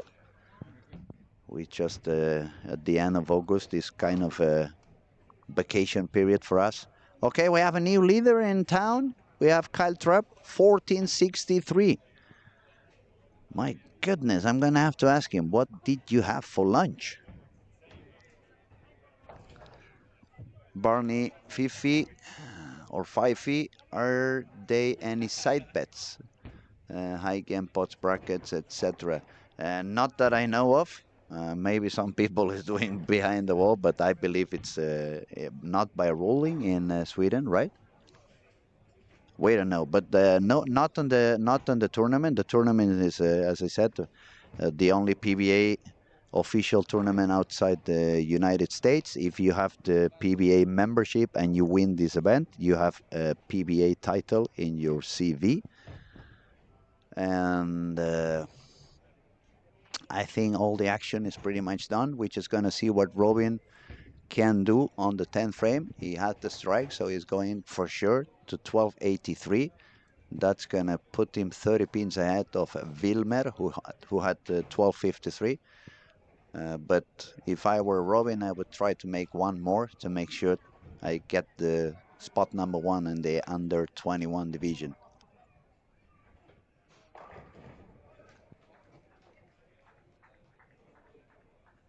There we go. No, that was deep in the pocket, hands in the face. He was probably knowing that he needed, or maybe he was thinking about the 1293 with the triple to make it directly and not having to count on the under 21. Okay, 7 o'clock, 7 p.m. here in Helsingborg, Olympia Bowling Alley, Storm Blackie Larsen, Masters 2025. We have just one last squat to go, and we'll be right back as soon as we start. It's been a pleasure. So everybody, keep nearby. We will be back soon. Cameras will remain on, and streaming commentating is gonna come back as soon as the last squad begins. Thank you everybody who's watching, and I'll be back pretty soon.